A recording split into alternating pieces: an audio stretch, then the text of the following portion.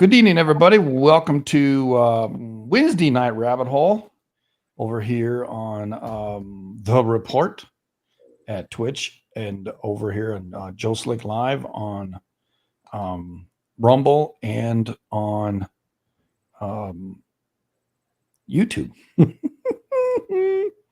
So we're Facebook, we got some issues there, so we're going to work out those next time around. IB Clemmer just muted himself, but I have Canuck and I have Clemmer on the line, so we are live and we're live. Get him doing it live. Doing it live. And one of our sponsors tonight is Is it NFG? No, it's DGF. Oh, DGF. Okay. Yep, DGF. And that's a new one. Yeah. I didn't tell you about DGF yet. All right. Well, they're pretty nice people. Right but, on. They just plain don't give a fuck. So anyway, having a good time tonight. Even starting it up already, having a joke. We appreciate them. We appreciate them. Appreciate you all for listening and joining in the conversation. We're live at twitch.tv/the_report.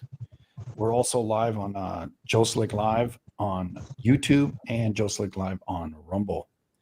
And forgive the all right. Be very few of those. Hopefully. But I'm in a mood. And tonight's topic is probably, I don't know how many in the series, but there's a good 12 or 15 in this series of earthquakes, faults in Southern California. Everything south of Garlock we've touched, from the coast, from the desert to the sea. There you go for those wackadoodles. And we're going to be in the desert this evening, starting in the very deep south, along the Imperial Fault, moving ourselves north towards the Garlock. And we're going to talk about, 5 or 6, 7 major fault systems over the last couple hundred years and what's been going on, especially in the last 45 years. And how much that desert has moved. And believe me, if the desert's moving, everywhere else is moving too. And some of the information that'll come out to you should be rather shocking if you just kind of open your mind to the fact that the earth is moving as much as it really is. So we're going to be talking about that too. So, and I'm going to open that up and I'm going to start the share the screen for the fault activity and get back over here to the screen and then share it. And speaking of, slow down, George. All right. This is the Garlock Fault in Southern California. It kind of divides what Central California and Southern California is. And especially we're going to talk about this fault down here, which looks like the Garlock Fault. It's an east to west fault. And then here's another one that we're going to talk about. And then we'll talk about all these other splays that are northwest to southeast. Yeah. Northwest to southeast. Yeah. Now we're not going to go over every single one in detail. Correct. We're going to hit on the major ones and the ones that have had bigger quakes on them recently. So in the last 100 years, and then we'll go from there.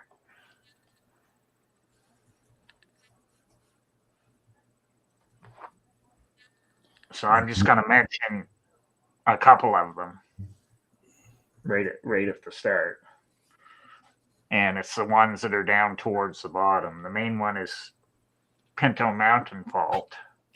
Okay, where is it located? Is it on east or west of the San Andreas? Would be east of it. So it's down Pinto Mountain. It's the next, the east-west one that's at the Well, bottom. I have Salton Creek. I have Sirocco.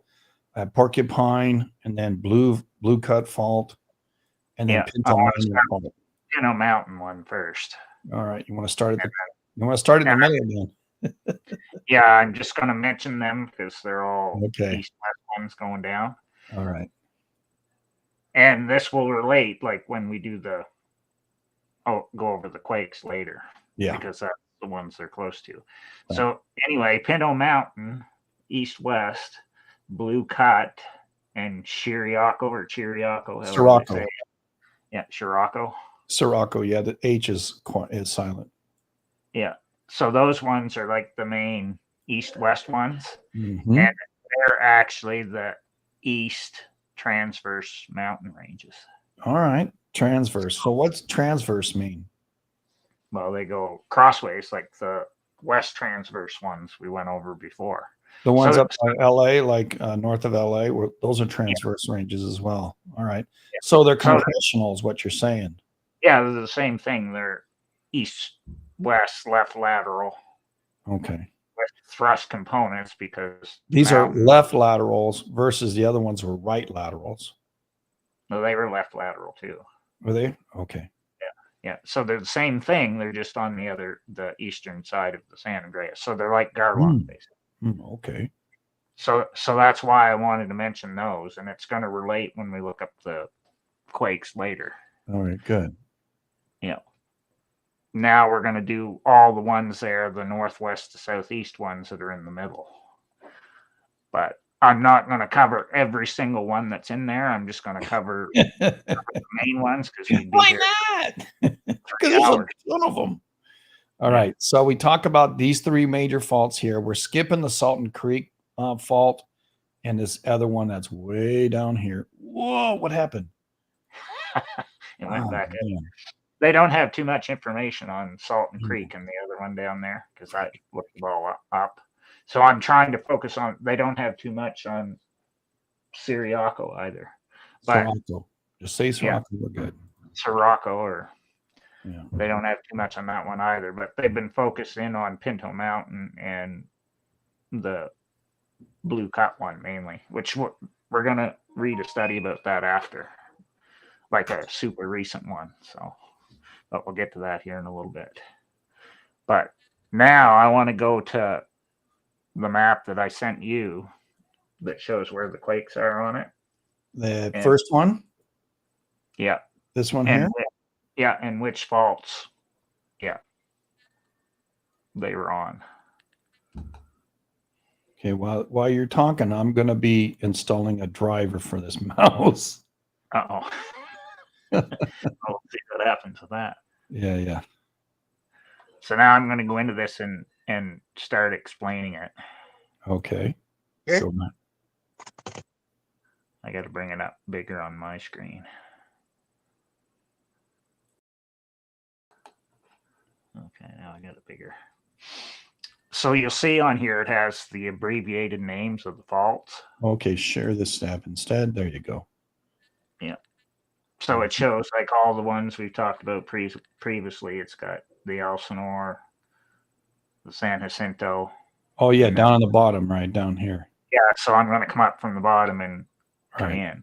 Oh, I didn't realize there was all these other ones here. Oh. Yeah, well, there's even more. If you go on the big map, you'll see there's a bunch of other ones. Because this one is just focusing on the main ones that's related to the quakes. So this one is easier to explain. And that's like north of Garlock. Hold on. I got to make sure I stay with what you were saying. Yeah. So on this one, I'm going to mainly focus on the ones that are from the Pinto Mountain Fault up to Garlock. So right here in the middle is Pinto Mountain Fault. Yeah. And here's the Garlock up here. So we're talking about this area between Pinto Mountain and Garlock. Go right ahead. Yeah. So you'll see that it has, the GPS thing on either side of it. See, it has 10 to 14 millimeters a year. So that's what these faults are doing in this section, right? Between Pinto Mountain Fault and Garlock. And you'll see up in the right-hand corner there, it has the little rotation thing, which is Okay, why yeah. why it Yeah. has those lines up there, so it's rotating. So that's why they Uh-huh. up in that corner. Yeah, So that's wild. it sure is.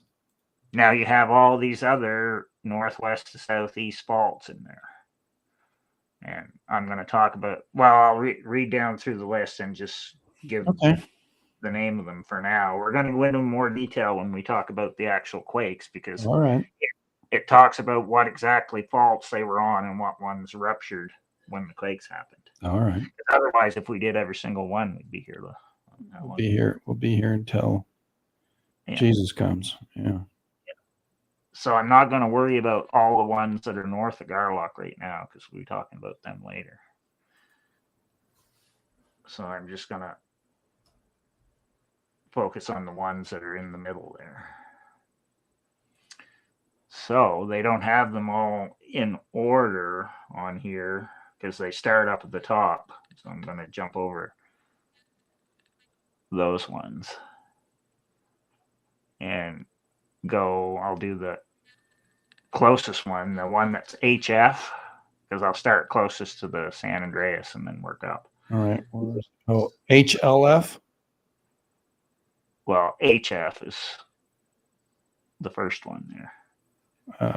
Don't see it. Coming in right by the 10. Oh, yeah, I see it. I see it. I see it right there.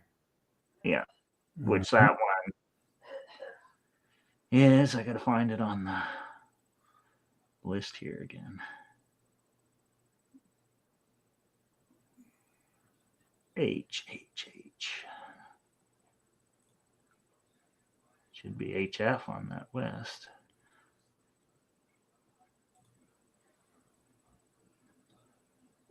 Maybe it's the AHF. No, it says HF. I see it. Oh, yeah, right there. I'm up too high. The Hallandale Fault. Okay. That's what it's called. Yeah, I didn't know it existed. All right, cool. Yeah. Now, the next one is the LEF. Yeah, that's the second one. Okay. Lenwood Fault. Okay. The next one is the CRF one, which is the Camp Rock Fault, and that one's important because it's say that again. Camp Rock. Okay, Camp Rock Fault. Okay. Yeah. Now the CF, which is the next one above it, Calico Fault. Calico Fault. Okay. Yeah. Then the next one next to it, going over, is PF is the Pisgah Fault. Pisgah Fault right here. So that's where the Pisgah crater is, which we heard about before. Wait. And yeah. Is it? Yeah. Yeah, because that's where it gets the name from.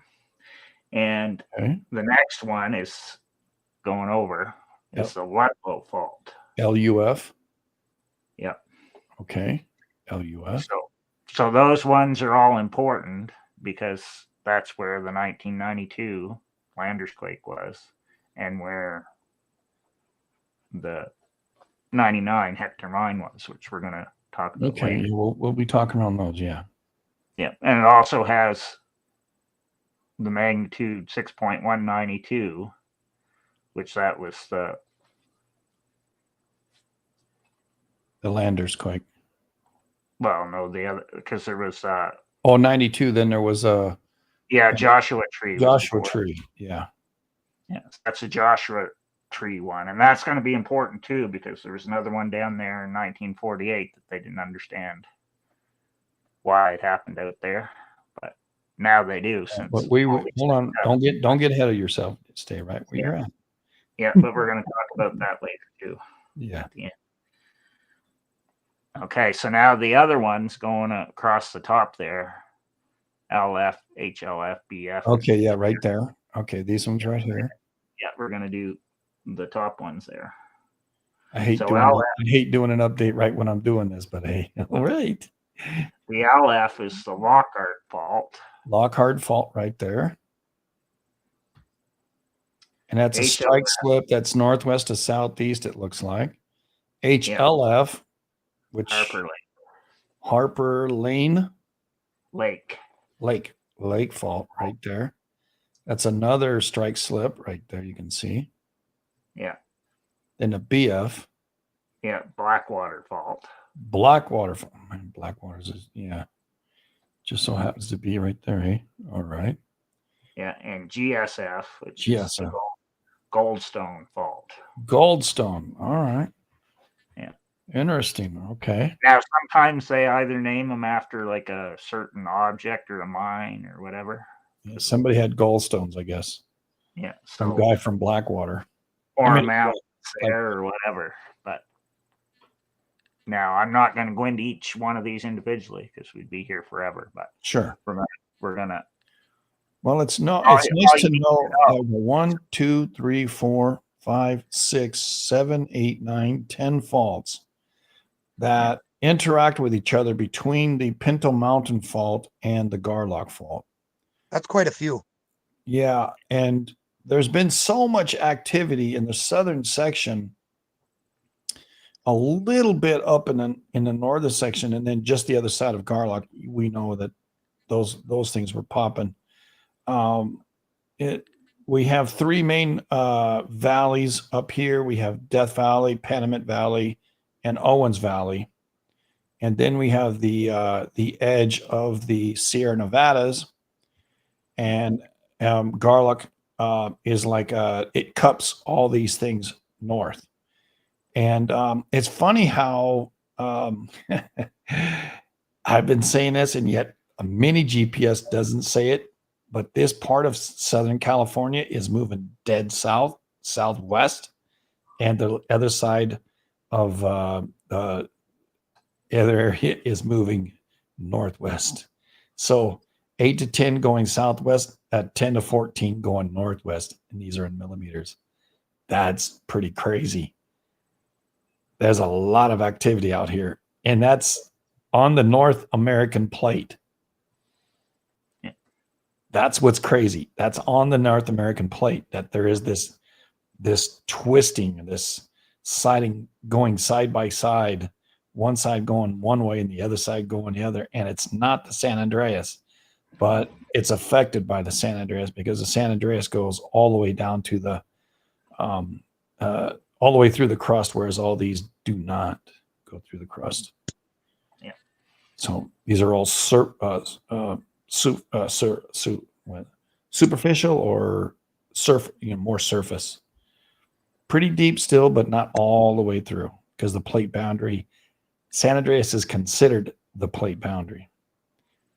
And yet there's new information coming out, and Canuck's going to bring it to you right now. Yeah.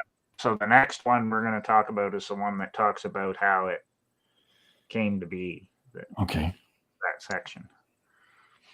And it should be the one that I sent you that says the incipient evolution of the Eastern California. Yeah, I got it. View large. And we're not going to go into this one super detail, but we're going to read like the abstract and the introduction. And okay. You'll read what they're trying to do. Yeah, you read it because I'm going to grab a beer. Okay, I got to get back up here to the top. Down too far.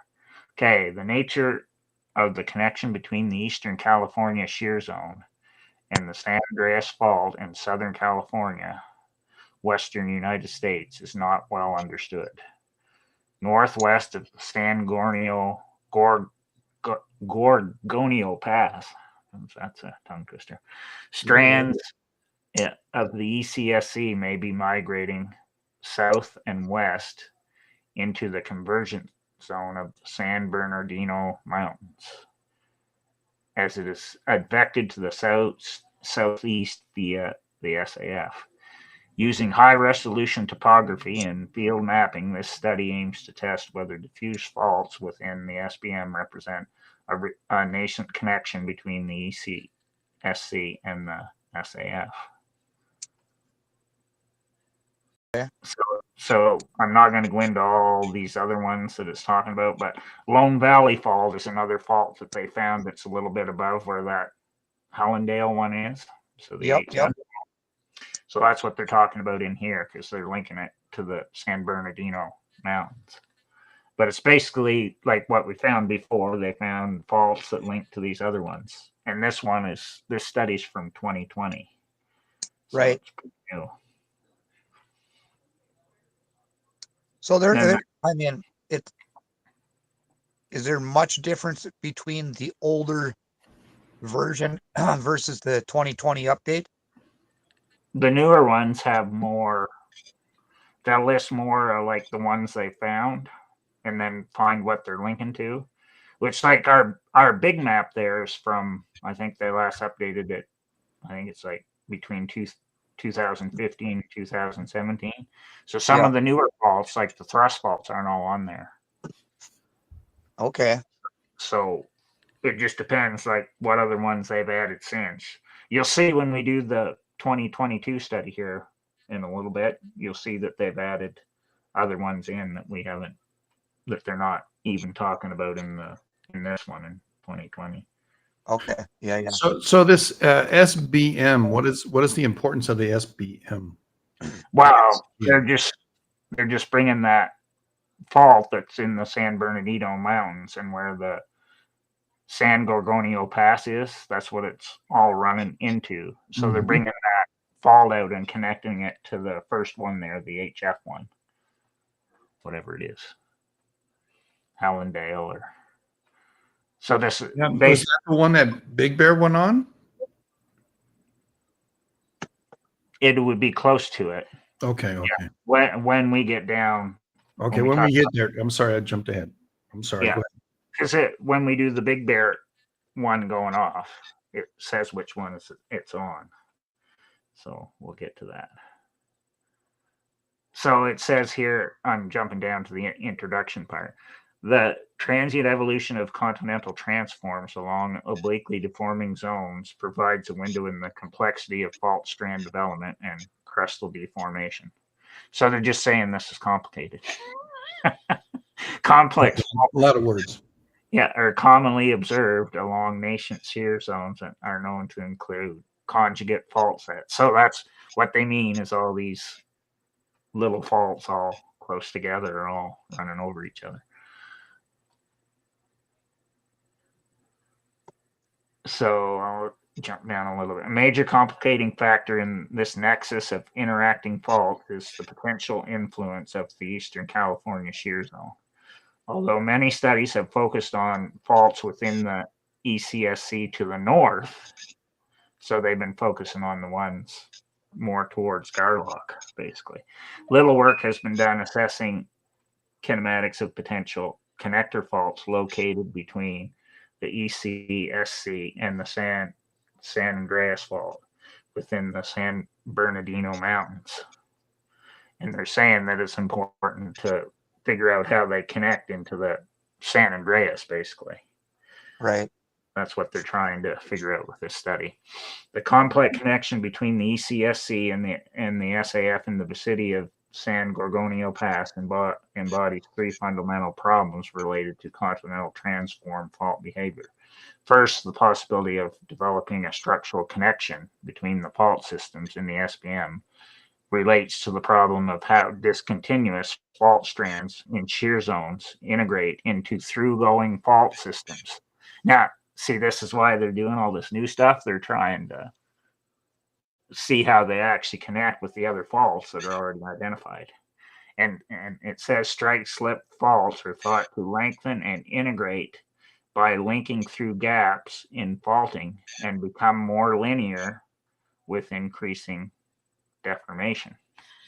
So that's pretty, and then it talks about the step over thing between the faults, which we've already talked about a bazillion times already, about where there's one fault and there's a little step over between it. But if it ruptures and it jumps over across the other one, then you have more than one going off, right? Right. And Is the Pinto Mountain fault that we talked about right there at the bottom, or right there next to the San Bernardino Mountains there? And that's where Sirocco Summit actually is. Yeah.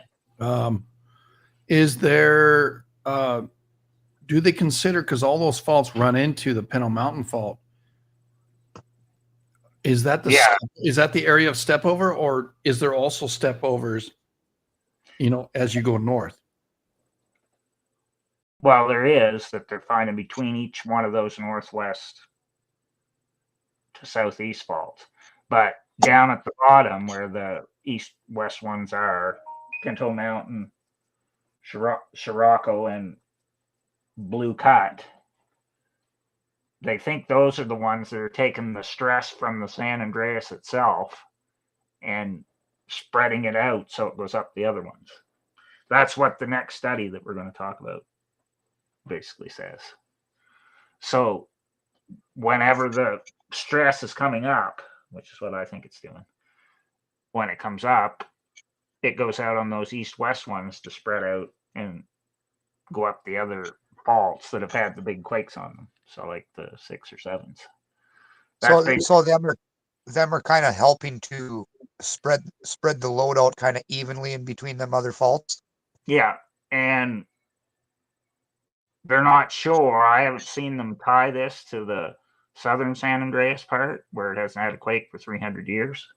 But I've been reading all that new stuff too about the Salton Sea and how they figured out where the Lake Cahuilla levels were before. Right. And in that new stuff, they figured out it's gone off 5 times since the year 900 on the San Andreas itself in the southern part. Down. Are you kidding me? Since 900, it's gone off 5 times. Yeah, but Oh, the latest new studies from 2022 and 23 said that it goes off when the Salton Trough has a whole bunch of water in it. So when it's like super filled. So they figured out all the years going back to year 900 how many times Lake Cahuilla has been gigantic. So like it's been what? Sorry. Yeah, and they figure that when it's had the big quakes, that the lower part of the San Jacinto Fault's been covered, and it's been almost all the way down with water to Cerro Prieto. Because Lake Cahuilla was like gigantic, so this would have been back before there was any irrigation or anything like that. So if there was a lot of rain and snow in the winter, it would come down the Colorado River, and it would overflow and then come in and fill in the Salton Trough where the Salton Sea is. And of course, this was back before there was any, right? 1,000 years ago, it was just the native people there. Because they said there was a gigantic lake that used to be there, that they'd go around it. And in the spring, they'd have to move away from it because more water would come in from the Colorado River from it flooding from all the snow melt and everything.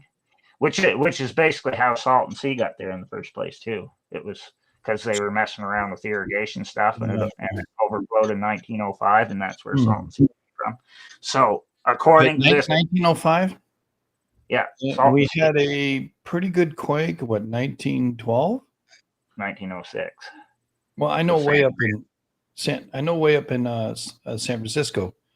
But wasn't there one like early in that century too, down here in off the Riverside quake, or was that 2000 or 1911, 1912? Right in that area? Well, they said there hasn't been any big one in that area since 1690, and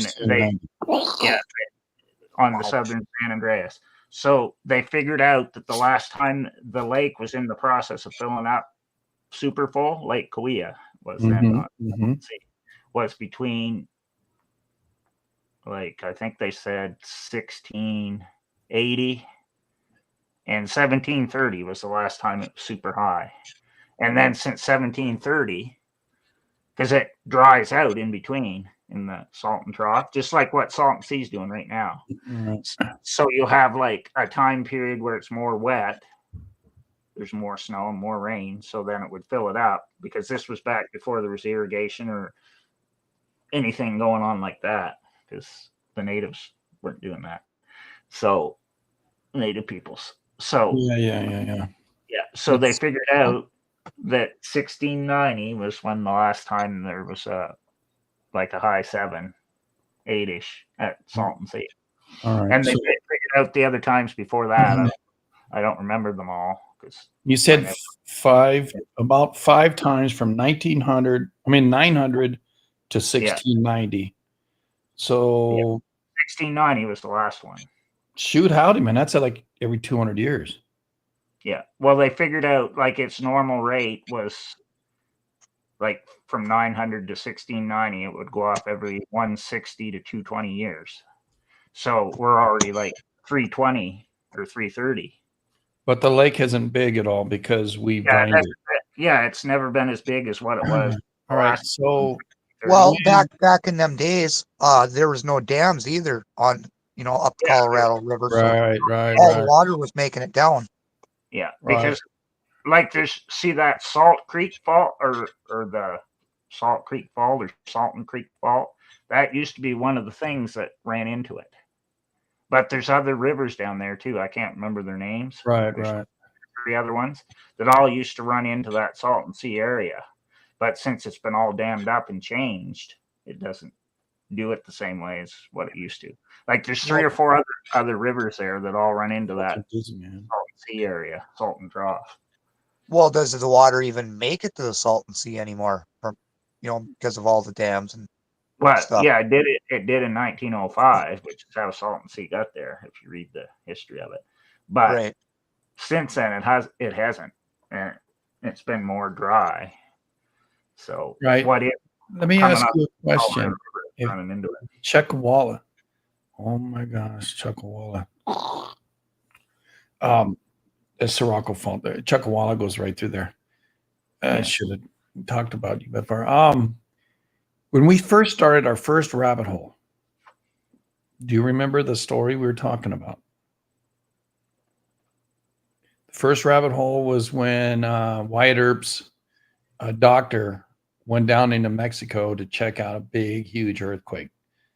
And he was investigating it. Yeah, that was 1887. Right. So get this. At that same time period, if you remember that down here in share this tab instead, down here, the Colorado River used to come down and empty into the sea, the Sea of Cortez. Yeah. And Yuma Fort, which is right here in the middle, was witnessing massive volcanoes blowing up. Yeah. And at that same time period, the Indians would say every time the area would flood, the volcanoes used to go off. So now you're saying that every time the area would flood, they'd get a massive 7+ earthquake in the area. Yeah, and it'd be like under where the lake was filled up. Because 1730 was the last time it was super high. So it was almost down to Cerro Prieto, the lake itself. Yeah, Cerro Prieto's down here at the bottom of it. Yeah. So Yeah, which- just across the border, right? Yeah, which it wasn't long after that the Spanish came there. So when they first came there, that lake was big, or fairly big. yeah, you can drive up from the Sea of Cortez all the way up. Yeah. Because they used to take river boats up the Colorado River before we dammed it all up, quite a ways up the Colorado into Lake Havasu area.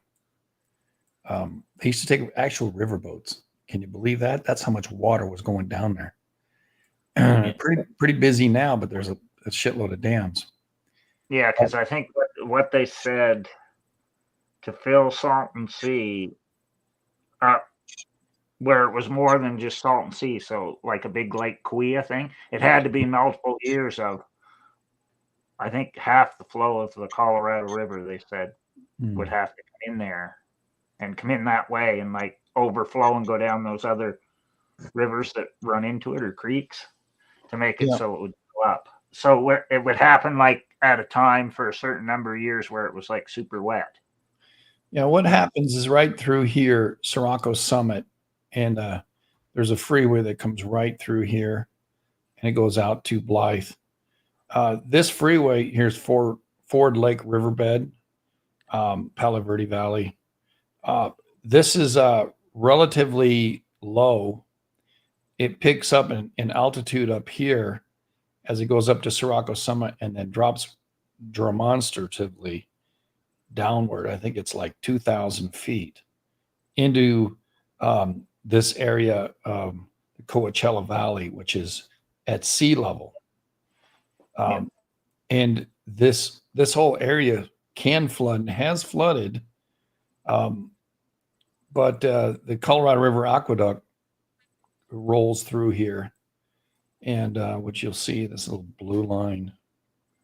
And because that's low enough for it to flow actually into California, into Los Angeles. And but in driving this, I've driven it so many times. And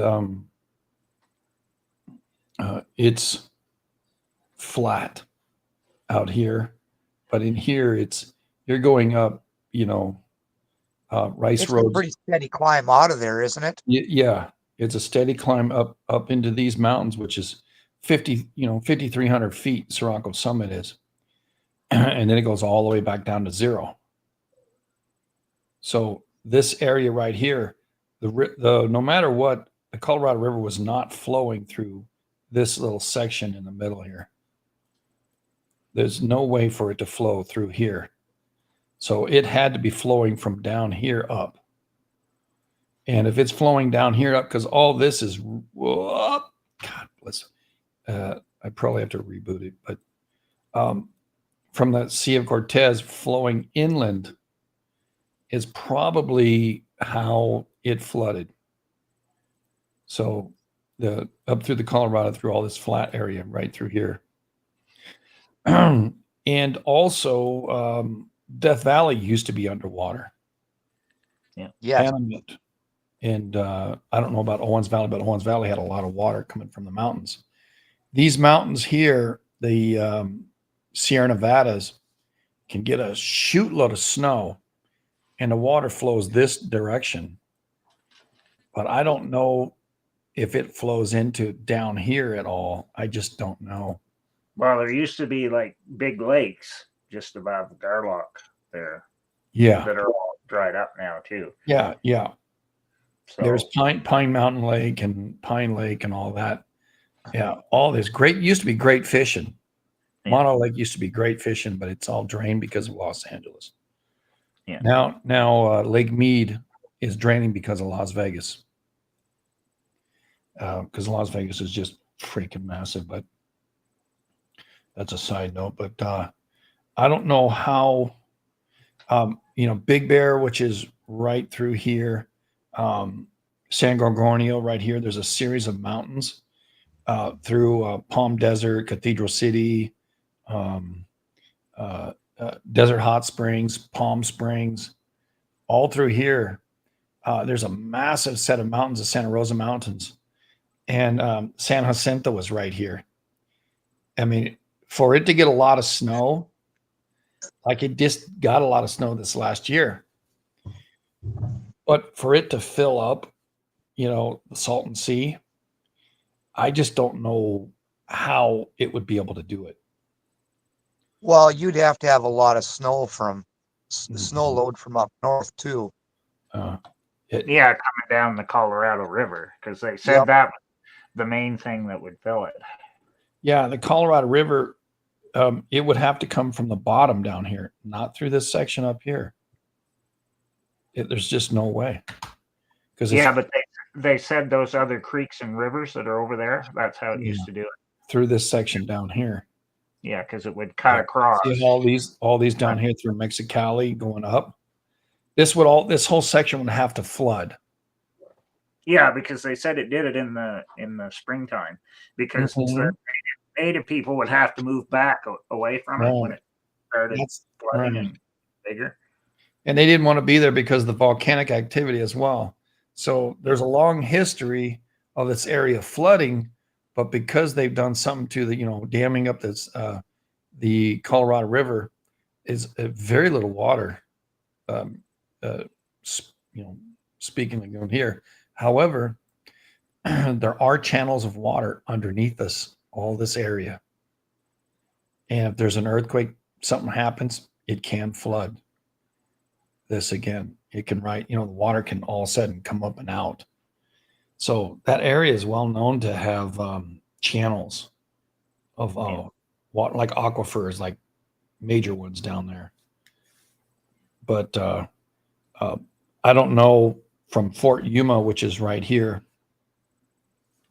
they could see the smoke from the volcano. And it's not, we don't know if it's this volcano or if it's this volcano or these series of volcanoes down here that were going off. But they can see it up here in Yuma. And in the, 1800s? Yeah, in the 1800s, yeah. Mm-hmm. When we looked up, that was around. And all of that was due to flooding. Yeah, 1887. Was the big earthquake. 92 quake, I think, was all around that time.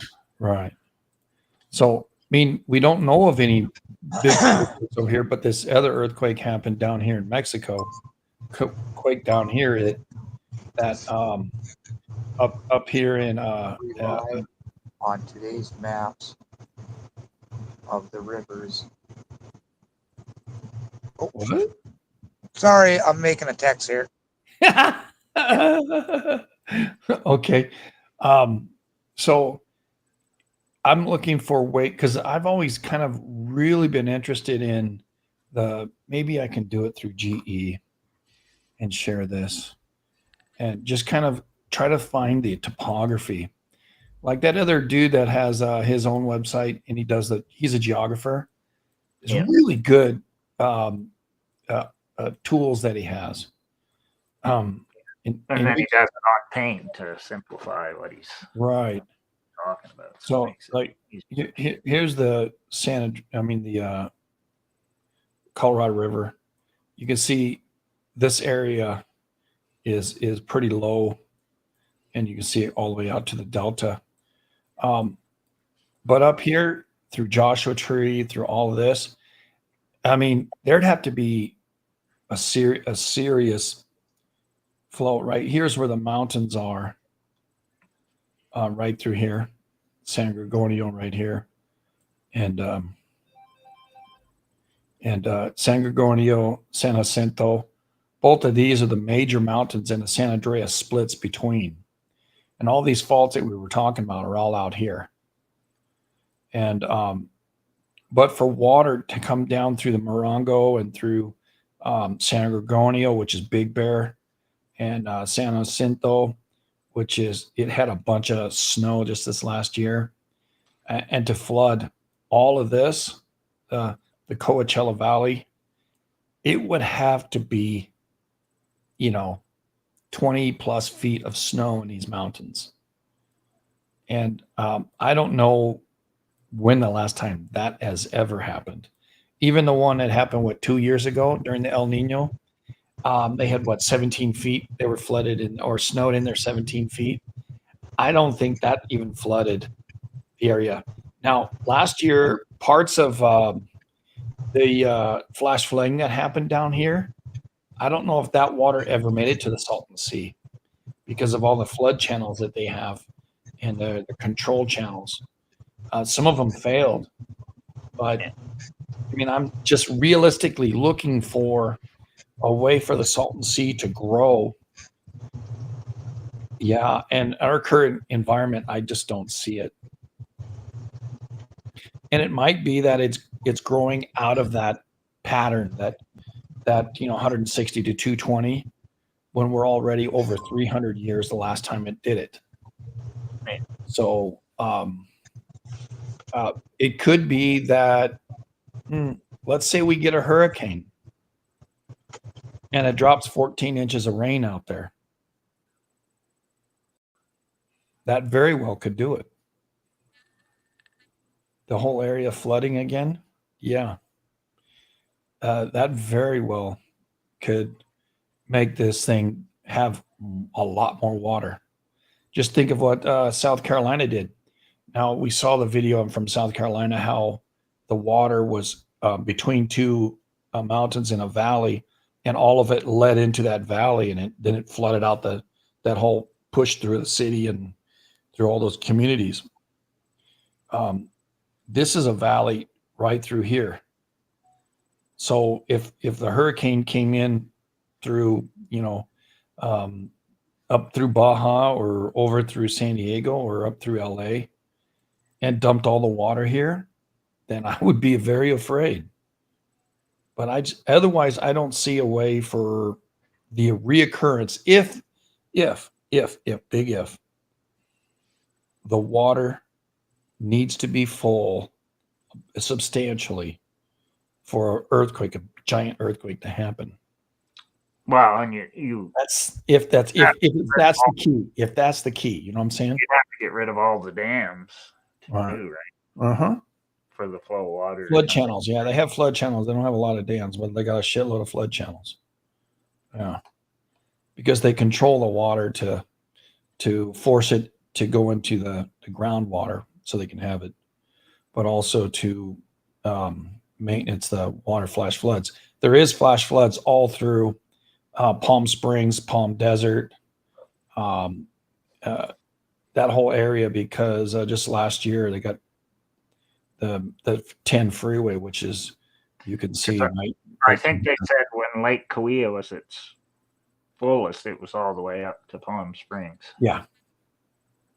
And it's interesting, before Ridgecrest happened, earthquake in Ridgecrest, Palm Springs was smelling methane. Yeah. And a couple of years later, it was smelling methane again. It didn't happen, but so something transpired. It moved beyond it or what.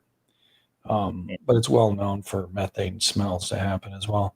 So the earth is moving at interesting ways, and it's not just ground movement. It could be weather related as well. And I think that's what you're suggesting there in that article, saying that if the flooding was because when you get into Palm Springs, you're not at sea level. You're substantially higher. Because Coachella starts like right down here where these lines are. Let me turn off the lines. Show the grid lines. There you go. Coachella starts right here about Mecca. Here's Coachella right here. Here's the 10. You're at sea level right here, Indio. But when you go back this way, you're going uphill to Whitewater. And then this is the channel through here where a ton of wind blows through here. I mean, all the windmills are through Cabazon and Whitewater, Bonnie Bell, North Palm Springs. There's massive windmills. You can see them all right there. Yeah, tons of them. Yeah, they got massive windmill farms out that way. And Whitewater comes right out of Big Bear. You can see it roll right up in here. Right? So San Gorgonio. So it drains right down into that area, but it also drains into Orange County. So that's the St. Anna Riverbed right through there. And here's a Bear Creek and the Lake Bear Mountains up here. So this is the mountain, the big monster mountain. And that's kind of your continental divide where it splits to go one way or the other, right?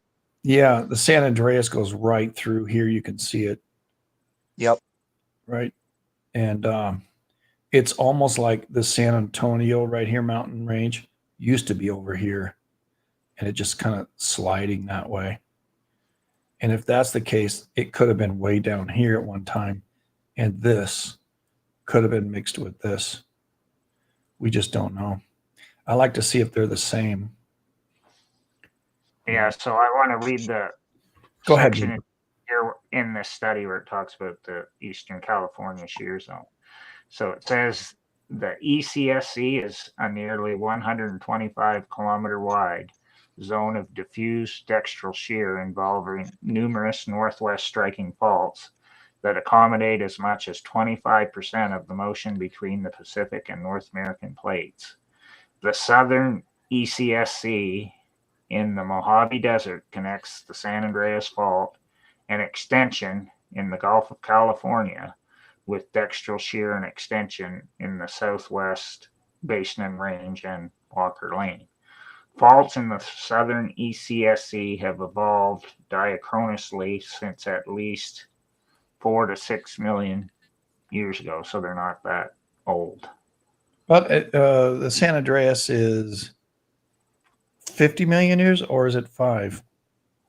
I thought it was like 30 or something, Okay. All right. I think. So they're saying these ones are newer. That's basically what they're saying, I guess. Yeah. Or was So it the that's- Colorado River that's 5 million years? Yeah. I don't know. So, although individual faults exhibit only 1 to 10 kilometers of right lateral slip, the total dextral slip across the southern ECSC is estimated to be 50 to 75 kilometers. In the southern Mojave Desert, the active ECSC consists of 6 discontinuous northwest trending 30 to 70 kilometer long dextral faults, and they list them, which are the ones we mentioned already: Hallandale, Wood, Camp Rock, Calico, Pisco, and Ludlow. Mm-hmm. Yeah. And then it talks about, again, the new ones that they found in the San Bernardino Mountains that connect through to those, and that's what it talks about here. That's these right here, I suppose. Yeah, there's a whole bunch of them. There's Mm-hmm. Pipes Canyon, Lone Valley, Lake Peak. Hmm. They say one. Here, and Say one is to do with the Whitewater River, which what you said. yeah, already. the Whitewater River right through here. Yep. Yeah. Deer Creek Fault, which is another one. There's a road that goes right through here on Google. Let me share this. Oh, I'm already sharing it. Sorry.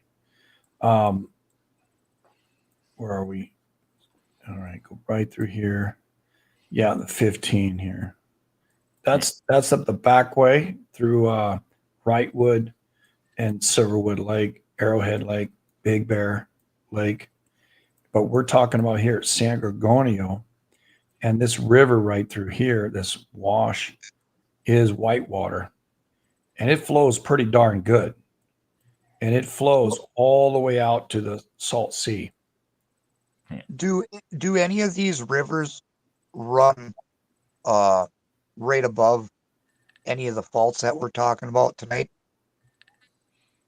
The Whitewater runs right along the San Andreas. Yeah. So pretty. All these other faults we're talking about is out here in the desert, east of San Gorgonio Mountain. And share this tab.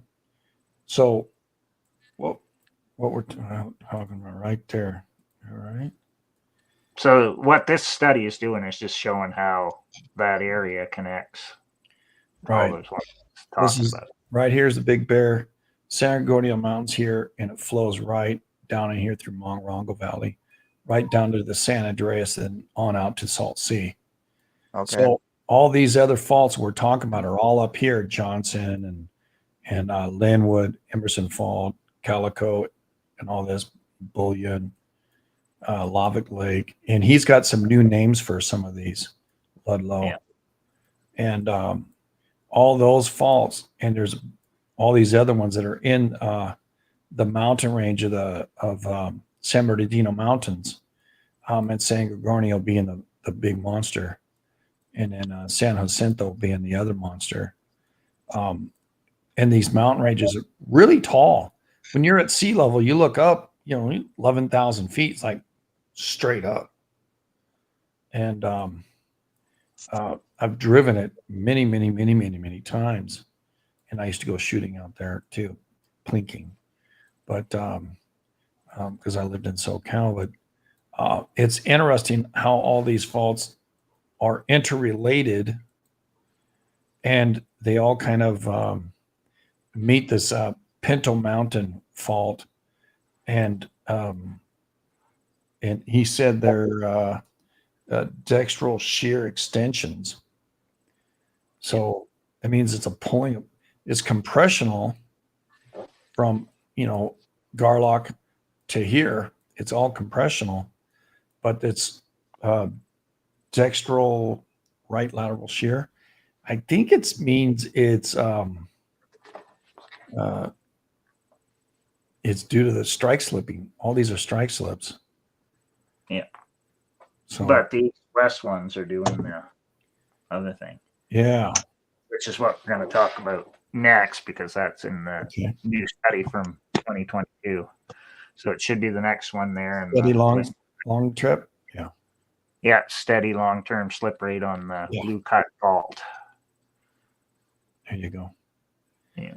The Eastern First Ranges province of California contain a system of east-west trending left lateral faults accommodating clockwise block rotation between the San Andreas Fault system and the Coachella Valley and the Eastern Shear Zone, ECSE, in the Mojave Desert.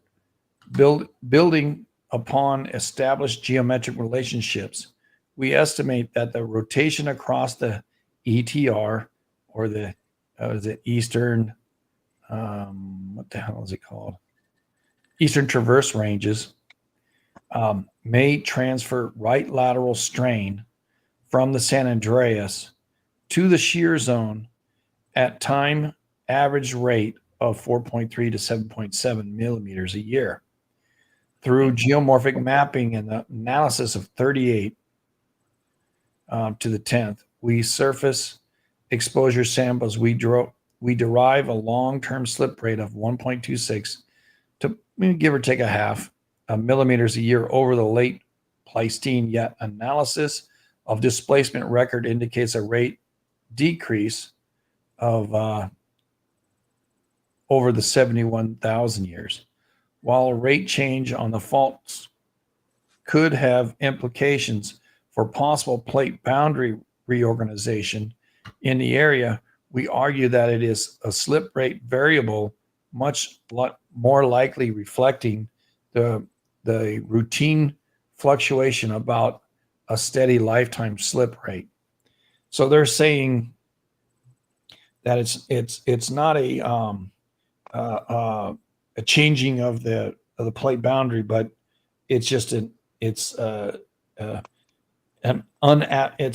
take an average of all the slips, and it's not accommodating for, when you say it at only those numbers, it doesn't accommodate where it goes fast one year, slow another, fast for 10,000 years, slow for 5,000, and so the variability, it doesn't the current thought process doesn't bring that into account. And like later in this study, it explains that they use four different methods now to calculate the slip rate on a fault. But I don't want to get into that. I want to read the introduction part because it explains like how it's all connecting together now. So if you went to the USGS latest stuff on this 2023 that they update every year, they're putting all these new studies in, and they've changed it now. They're not just focusing on the San Andreas itself. They call the whole thing the San Andreas Plate Boundary Fault System. And that's what it talks about in the introduction here. So it says the San Andreas Plate Boundary Fault System comprises dozens of faults. See, now it's dozens. It's all these ones we've been talking about so far in Southern California that accommodate shearing between the Pacific and North American plates. Quantifying the time-dependent seismic hazards presented by this network is a major goal of active tectonics research, because they're all going crazy out there trying to figure all this out, and requires both a detailed accounting of slip recorded by the major through-going faults, example, the San Andreas, because everybody's been studying that one for years, and an understanding of the roles played by subsidiary faults in the system. These secondary faults not only present their own seismic hazards, but may also affect the seismic hazard and earthquake potential of neighboring faults. And so then it goes into this. One of the most geometrically complex regions of the San Andreas Plate Boundary System lies northeast of Palm Springs, California, where three zones of deformation connect. The San Andreas Fault Zone, the Eastern Transverse Ranges, which is basically the top of Pinto Mountain Fault Province, and the Eastern California Shear Zone.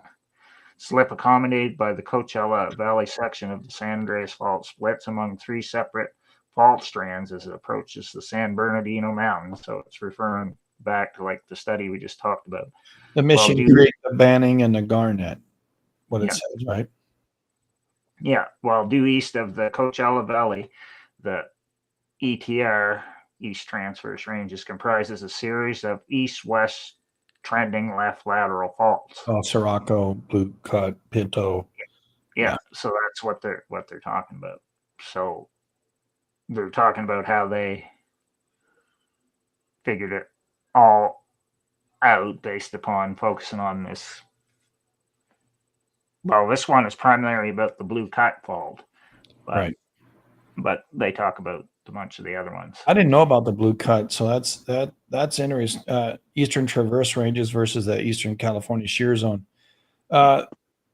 These are the ones that are right under it, the east-west ones. And Yeah. I thought it was important because it's talking about how it redistributes the shear onto those other faults that are in eastern in California. that visual of A right here, it's interesting. Over the 5 to 7 million year range in the ECSZ, how it's in the Far East, it's going southwest, but yet it's pressuring or adding to the San Andreas as it goes northwest, and it's all this stuff is being spun like in a washing machine, so to speak, in a clockwise rotation, and that is why all this stuff happens. Far out. And I want to focus on that map. I'm not going to worry so much about the rest of the stuff Okay, bud. there because it's going to get super complicated. But Sure, we're trying to stay. Just give you a cursory overview, not a super in-depth overview. now they haven't done too much on the Sirocco fault, but they've been focusing a lot of stuff on Pinto Mountain and Blue Cut. So I didn't find too much on that. And see, there's other little ones in there like Porcupine Wash Fault and Smoke Tree Wash Fault that they haven't done a lot of stuff on either. But they were really interested in the Blue Cut fault zone because it's near to where the 1992 Joshua Tree quake was. So that's why they, Yeah, I remember it. Mm-hmm. Yeah. which was in April of 92. And see, technically it's on the Eureka Peak Fault, Yeah, but the Blue Cut thing runs right over close to it. And it's like in the it's a joining where they join together. Yeah, to the Joshua Tree. it's like in the boundary. Blue Cut Fault is in like the center of Mhm. Joshua Tree National Park. So they said it's pretty obvious Mhm. when you go looking for it. Mm. That's what's there. And how it's running back close to the Mission Creek Fault section of San Andreas. Right. They talk about that in there. And then it has, you can see the 1992 landers on this one too. So see, it's just a little bit north of. Yeah, north of Keno Mountain there. Yeah. And when we go into the Interesting too is both faults look the same. The bouncing ball are exactly the same. Yeah. So when we go into the wiki, it's going to say which fault it was actually on and how many it ruptured. So that's what we're going to do next. We're in the wiki. Yeah. The 1992 Landers earthquake occurred on Sunday, June 28th, with an epicenter near the town of Landers, California, San Bernardino County. The shock had a moment magnitude of 7.3 with a maximum mercantile intensity of a 9. Violent. At 4:57 a.m. local time on June 28, 92, a magnitude 7.3 earthquake awoke much of southern Cal, though it turned out that it's not the so-called big one. As many people would think, it was still a very strong earthquake. The shaking lasted for 2 to 3 minutes. Although this earthquake was much more powerful than the 94 Northridge quake, the damage and loss of life were minimized by its location in a sparsely populated Mojave Desert. The earthquake was a right lateral strike slip event and involved the rupture of several different faults over the length of 75 to 85 kilometers or 47 to 53 miles. The names of those faults that are involved are the Johnson Valley, Kickapoo, known as the Landers, Homestead Valley, Homestead Emerson, Emerson Valley, and Camp Rock faults. The surface rupture extended for 70 kilometers or 43 miles with a maximum horizontal displacement of 18 feet and a maximum vertical displacement of 5.9 feet. So horizontal one way, vertical another. So it moved it up 6 feet and it displaced it 18 feet. And yeah. But was that quake in the wrong location to be considered the big one, or wasn't it Yeah. not strong enough? Well, because it was off the San Andreas. Because up to this point, they didn't know, they didn't know about all these other faults out there and their Right, capability. they had no idea. Yeah. And Because what it did is it spawned a lot of studies out there, and it changed the way of their thinking out there. They had no Right. idea. And it was 1992. And that same year, a 6 happened, and we felt that was pretty good. And then this, and then shortly thereafter, Big Bear popped. I mean, the same day with another We're what? going to talk about 5.7. that when we go down through this. Yeah. And then we're going to figure out where they came from after. Yeah, related events. The earthquake was preceded by a 6.1 Joshua Tree earthquake on April 23rd, 1992, which is a South Future Landers epicenter. The 6.5 magnitude Big Bear quake, which hit about 3 hours after the Landers main shock, was originally considered an aftershock. However, the United States Geological Survey determined that it was a separate but related earthquake. These two earthquakes are considered a regional earthquake sequence rather than a main shock and aftershock. This was the original first thought where one fault could kick off an earthquake on another fault. They had no proof of it before.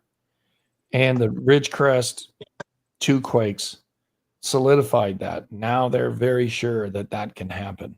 And that's why they look at things a whole lot differently than they did, 40 years ago.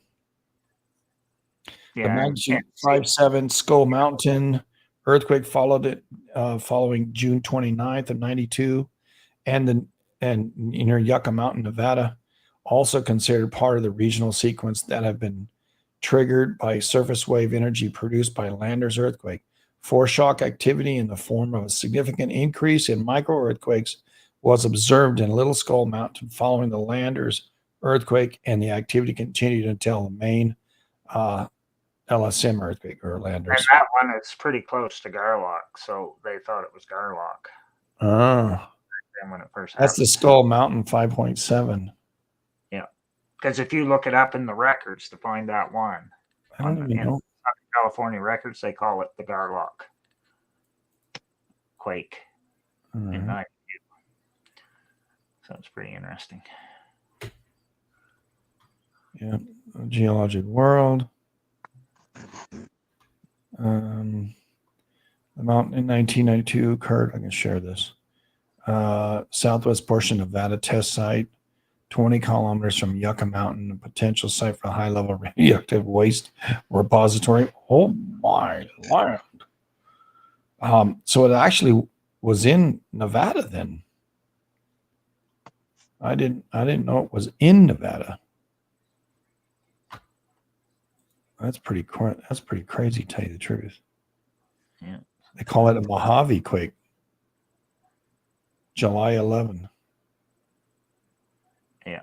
It is theorized that the earthquake, apparently large tremor in its own right, was actually triggered by the Landers quake on June 28. About 2 weeks later. The epicenter, which was some 200 kilometers southeast. September 2nd, which we're going to find when we go into this, was the St. George, Utah quake. All right. So 1991. You want to go to 1991 then?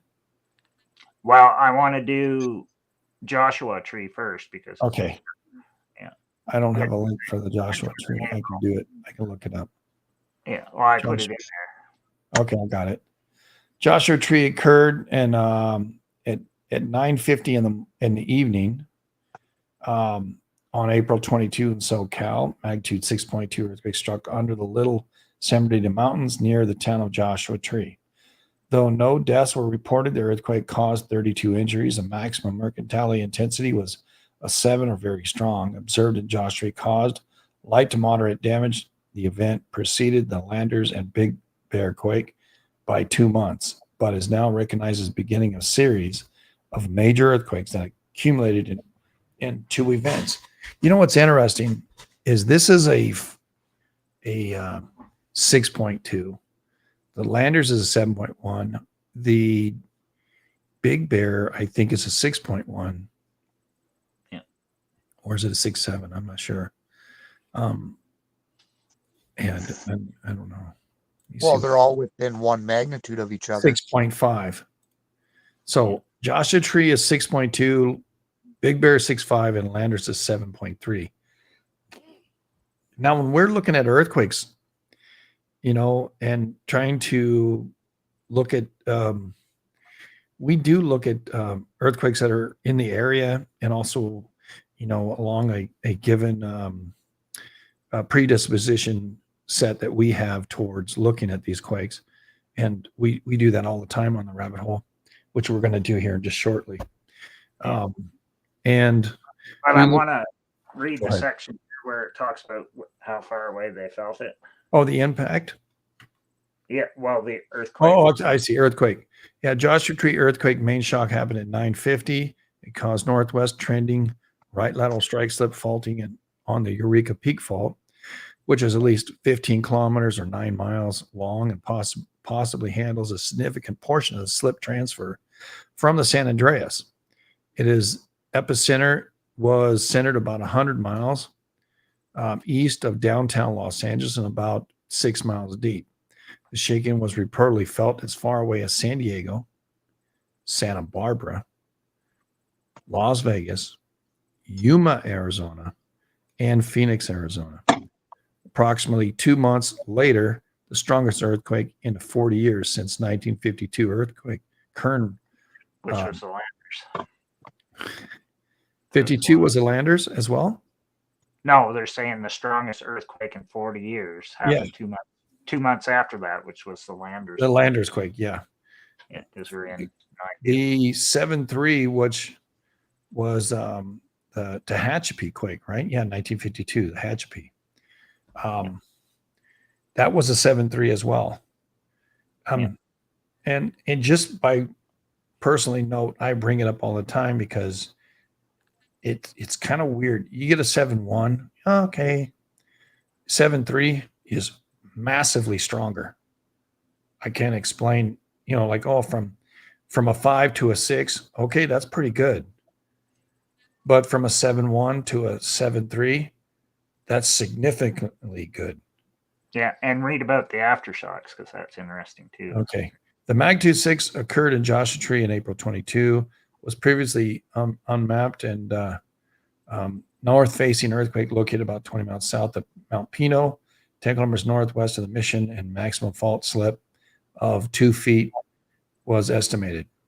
Is attributed to the right fault along the Lake Quaternary Fault. The creek is a tributary to the San Andreas Fault system. The proximity of the epicenter in the Coachella Valley segment, a particularly dangerous part of the San Andreas Fault, immediately raised concerns that this could be a precursor to a larger earthquake. This prompted the California Department of Emergency Services to issue a warning of possible future activity along the counties shortly after the earthquake. So the impact or aftershocks, okay? You want to go to aftershocks? Yeah, because it's interesting. The earthquake had more than 6,000 aftershocks. Wow. The largest of a 4.8, the foreshock magnitude of 4.6, occurred 2 hours before the main. See what a 4.6 can do? That's why I only look at 4s. Yeah, well, it had a 4.6. Yeah, pre-shake. Refresh. Yeah. There was a 4.6 Yep. before. That's interesting. So, Yeah.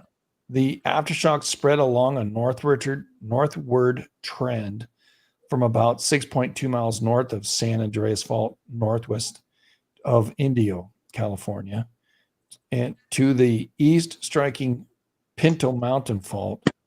It has also preceded the Landers event near the southern end of the future Landers aftershock zones. The aftershock sequence of the Joshua Tree quake also showed a clear relative calm during the period before the Landers rupture. Showed a relative calm. Which was before June 28 Landers.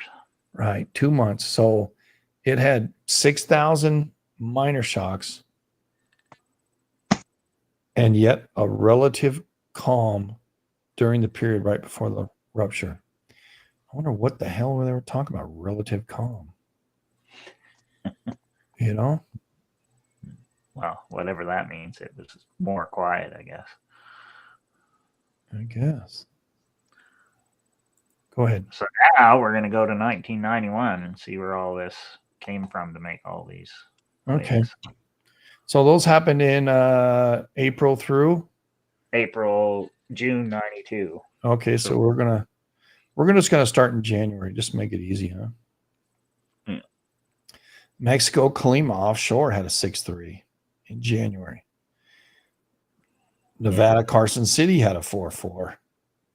That's up north. Rat Islands had a 6.4. There's Rat again. Oh my God. You're going to see it's the Bering Sea rush at a 6.7. Kamchatka's bouncing like crazy. In April, Peru, 6.5. You missed the Costa Rica. Did I? Oh, I did. Costa Rica, 6.3. Yeah, it's important. Don't miss Costa Rica. Yeah, I know. Yeah. April, Peru, 6.5 and a 7.1 and a 6.3. Oh boy. The 91 Alito Mayo earthquake killed 53 people, injured 252. Wow. Those all happened on the 4th and 5th of April. 1 year before, right? Costa Rica again, 7.6. Wow. That's a biggie. The 91 Limon earthquake claimed 48 lives in Costa Rica, 79 in Boca de Toro, Panama. Roads and bridges between Limon and Saxiola were all destroyed. 759 people were also injured. Wow. So Costa Rica banged with a 6.3 precursor to a 7.6. Doesn't that sound familiar? A little bit. Yeah, 6.3 and a 6 whatever. Okay. Where's Alaska, Petersville. I don't know where that was, but near Anchorage. It's near Anchorage. Yeah, 6.3. Panama, right by Costa Rica, popped with a 6.2. Okay. Offshore, King Cove, Alaska, 7.0. Oh, that's way up in the Gulf, I think. Northern Mid-Atlantic Ridge, 6.4. Boy, that sucker comes up all the time, doesn't it? Yeah. Argentina, 7.3. California, Sierra Madre earthquake. What the hell? Yeah, 91, Sierra Madre. 5.8. One person died due to a heart attack. 100 people were injured. Where the hell was this quake? Sierra Madre. No, you can click on it. It'll tell you. Yeah. I want to know. I looked it up before, so I already knew about it. Sierra Madre.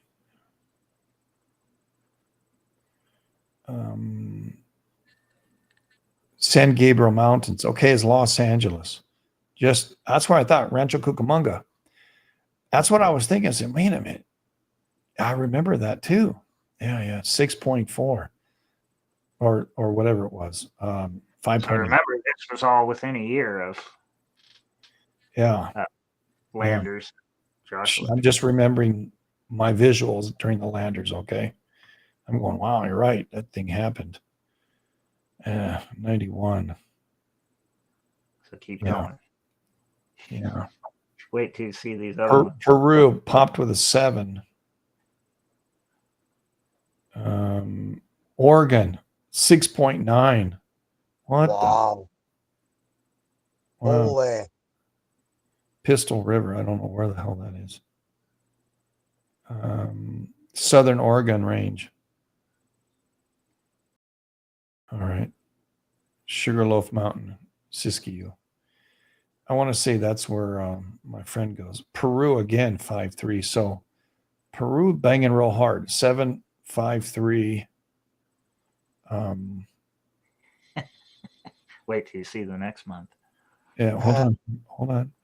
I know there's another Peruvian. Where was it? Like, okay, 6.3, 7.1, 6.5.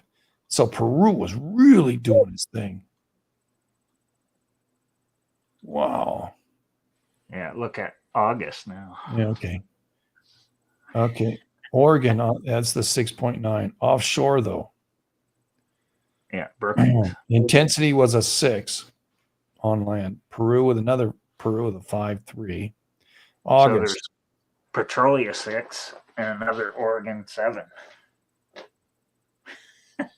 Really? Oh my God. Offshore, yeah.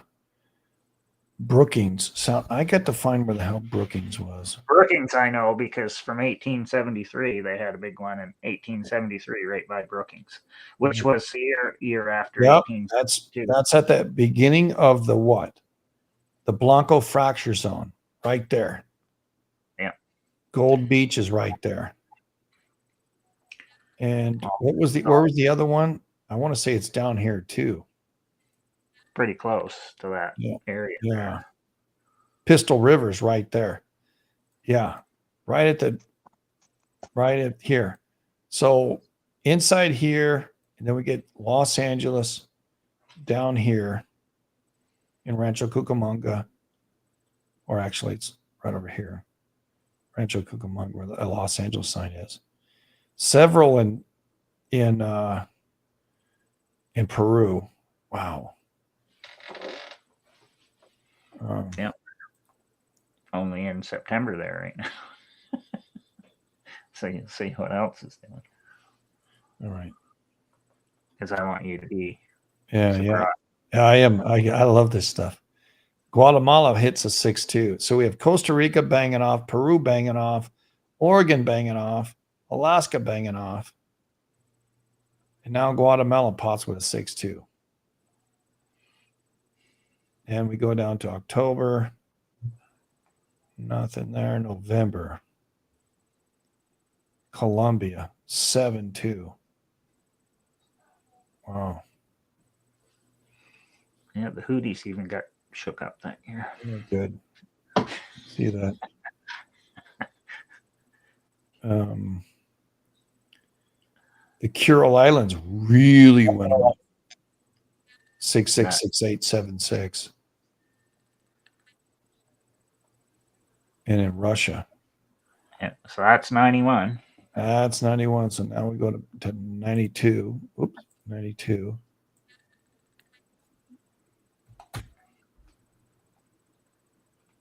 Coming into 92, January.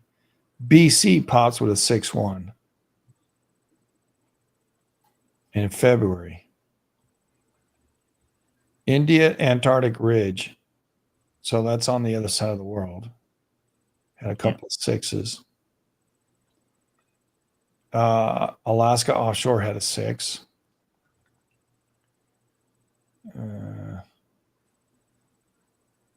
Argentina 5.2. Africa looks like it's banging too. Russia, Kamchatka. Man, I mean, all these studies we've been doing, Kamchatka is one of those things. Alaska is one of those things too. Yet Kamchatka has been just really pretty quiet. Yeah. Yep. Northern Cal pops 5.3, Petrolia. So that's an aftershock of the other stuff. Wait, what? How did it get all the way down to? Oh, that's March. All right. It doesn't have it. Yeah, you missed another Costa Rica. You see Oh, there on is 6.6. So Costa Rica's Yeah. still going nuts. And Northern Cal had a 5.2 at Petrolia. Now this is one of the odd ones where they don't finish the whole thing, but that doesn't stop me. Because if you go to the next one I sent you, there's other ways to look it up. So if you go into that, it shows the other one I sent, other big ones that happened that year, 92.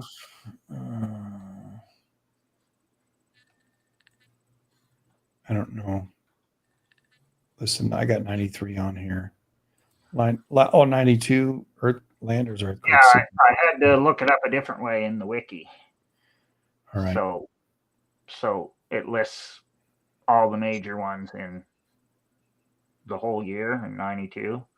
It starts list of earthquakes in 1992, and then it says 1992 Cape Mendocino. So when you slide on it, that happened. There was two of them, and one was 7.2, April 25th and 26th that year. So Cape Mendocino earthquakes for that same year, 92. So right around the same. Got to look up the big ones here, right? Yeah, because it's just focusing on the big ones. 7.3, violent, California. That's one we in California. 7.2, depth 9, depth 1. So there's two on here, but it's not telling me where. There's a 7.2 and there's the 7.3. So that you're right, there is two quakes. And one on June 28, one on April 25. Yeah, that's the ones we've talked about. So it was Joshua Tree, then Landers, then Big Bear was just a little bit right after it. But they got a 7.2 in here. I don't know where that is. Yeah, that's the Cape Mendocino one. Cape Mendocino. Okay. That happened before Landers. Yeah, that was in April too. Say it was in later April. It says April 25th and 26th. Yeah. So that would have been like right after Joshua Tree. Because Joshua Tree April too. So there's like a whole crap of stuff going on here. Columbia Potts with a 7.2 as well. Yeah. In July. And also there was the November, another big Nicaragua quake. Yeah, September 2, 7.7. Yeah. And then there was the St. George, Utah quake, which was the one on the Hurricane Fault, 5.8. So this has all happened the same time. So we're having all the stuff. I don't see that one you're talking about. It's called the 1992 St. George earthquake. Mm-hmm. And it was on September 2nd, 1992. Okay. St. George, Utah. Same day as the Nicaraguan 7.7. Yeah. So it's crazy stuff. Wow. So 92, there was a whole crap load of, in 91, a whole. I'm trying to get my mind around it. And you have to remember, like once you get to the end of this year, you're like, it's just a little over a year till Northridge. Right? Oh, 94, yeah. Yeah, because it was early 94. So see, this is how all this you stuff have Rancho Cucamonga pops. We have out there in 29 palms, or not 29 palms. Yeah, the Joshua Tree. And then I added another data point here, which is the SCEDC stuff. Gotcha. Yeah. So that's the next one I put in there. And you can see all the quakes by year. Anything they noticed that was like noticeable, they have it in this list in Southern California. Sierra Madre, 91. The Joshua Tree, the Landers, the Big Bear, the Mojave, Wheeler Ridge earthquake, 93. Yeah. And when you click on them, it gives you more information, right? Sure. Just want to find it. Pumpkin Center near the epicenter. I think I remember that. It hit a pumpkin patch. So it's wild because like I went back into the 80s again when we talked about like the 86 and 87 quakes. Mm-hmm. Well, there's more ones that happened in 88 and 89, the year of the San Fran earthquake. So this shows like all the notable ones in California. So I thought it was interesting because they didn't come alone. Look, there's a 95 Ridgecrest quake and then a 96 also. A big swarm in 95. It happened right before Kalima had the 8.1. That's a 5-1. I tell people, hey, Ridgecrest is known for this stuff. Yeah. So it's and then Coso Range as well. Check that out. And then Caleco, 96 here, was a 5-3. Then Calico earthquake, 97. Another 5-3. This was an aftershock of the Landers, 92. And then San Bernardino in 98. Yeah, and then we're to Hector Mine. 4.8.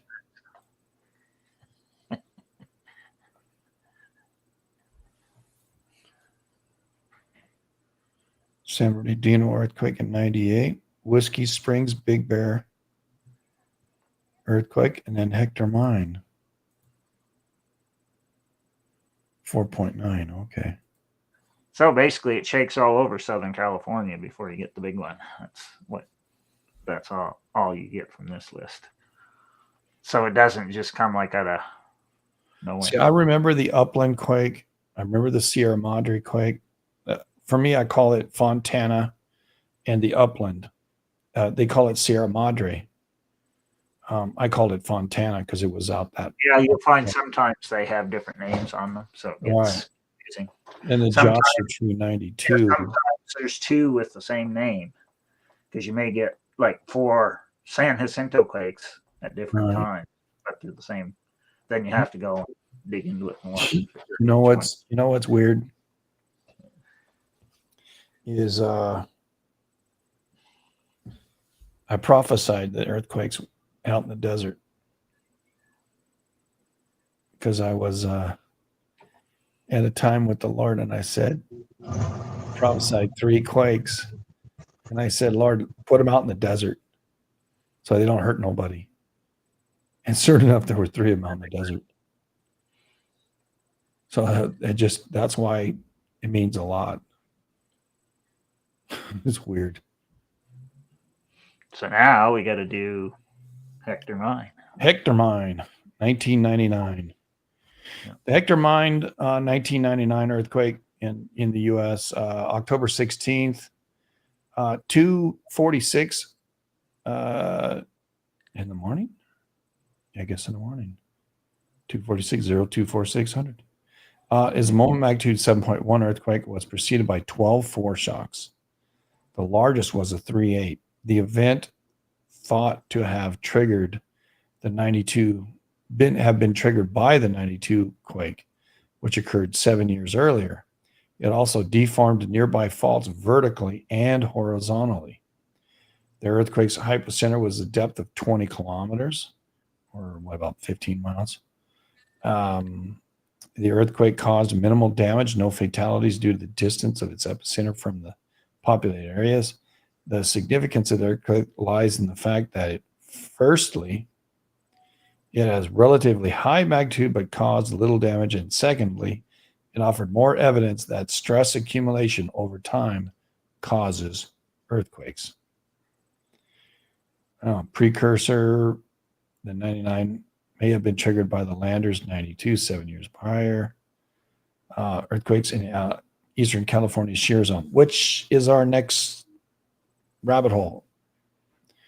Telling everybody now is considered to be the order of the thousands of years. The evident that had a 7.3 is similar to the Hector mine quake was also a strike slip event. Another reason why the Landers earthquake is likely to have triggered the Hector mine is they both occurred 20 kilometers apart. The Hector mine earthquake is thought to be an example of an increased fault stress from separate quake, which built over 7 years until finally rupturing in 99. The result of studying on Landers earthquake became quite important in understanding this new earthquake near the turn of the century. Foreshocks during the fault rupture, stress released, two sides of the fault slip, move past each other. Stress can be transferred from one fault to an adjacent fault, causing subsequent fault ruptures. By nature, foreshocks are not possible to identify as such until the main shock happens. Yeah, no kidding, right? For this reason, they cannot be used to predict larger earthquakes or give warnings to residents in the affected areas. Like the boy called Wolf too many times.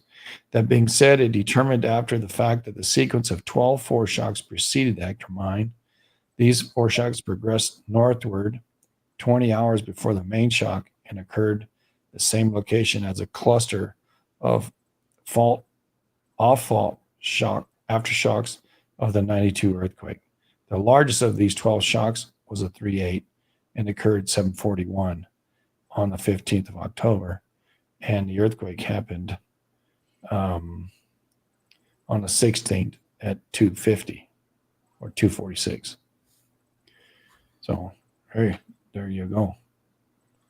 And the fault part of it sounds very similar to Landers when you read how far it was felt. All right.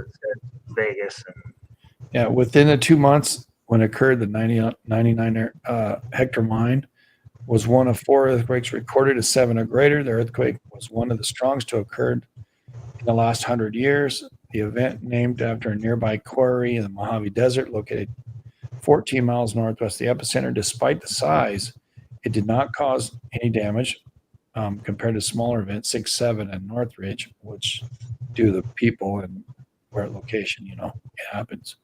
The earthquake was felt much of Southern California as well as parts of Arizona, Nevada, including Las Vegas. Further, it awakened many people in Las Vegas, with the residents reporting dizziness and having trouble walking. The shaking from the seismogram or size earthquake was felt far as Carson City, Nevada, which I think Carson City is up by Reno, is it not? yeah, just a little bit below Reno. Yeah. And there's a map. Can't make it any bigger. I'm hearing some. See this line. Feedback or something. Yeah. I don't know. It might have been Clem. No, Clem's on. He's on mute. Well, now he's on mute. Turkey. Yeah, it might be for me. It is. It's okay. Love you anyway. Okay, so now what we're going to do is figure out where that here's the Hector mine.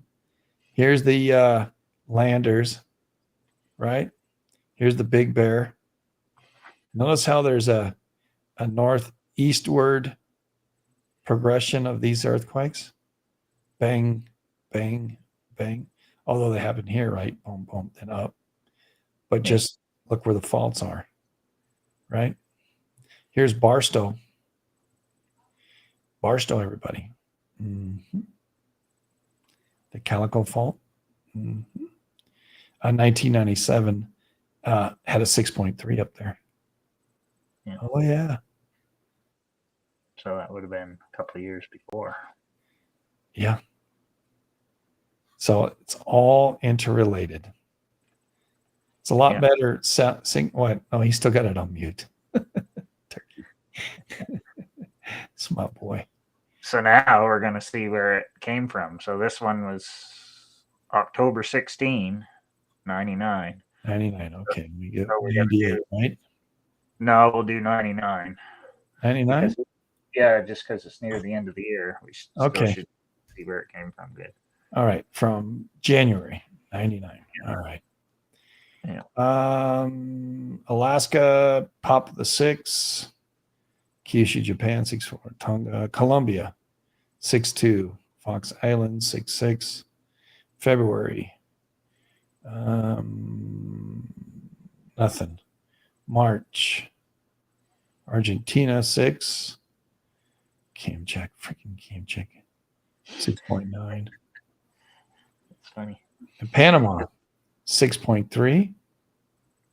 Then we go to April, Peru, 6.8. And where was it? Killed one person. Where was it? The Peruvian quake, though. Didn't tell me. Honduras, 6.0.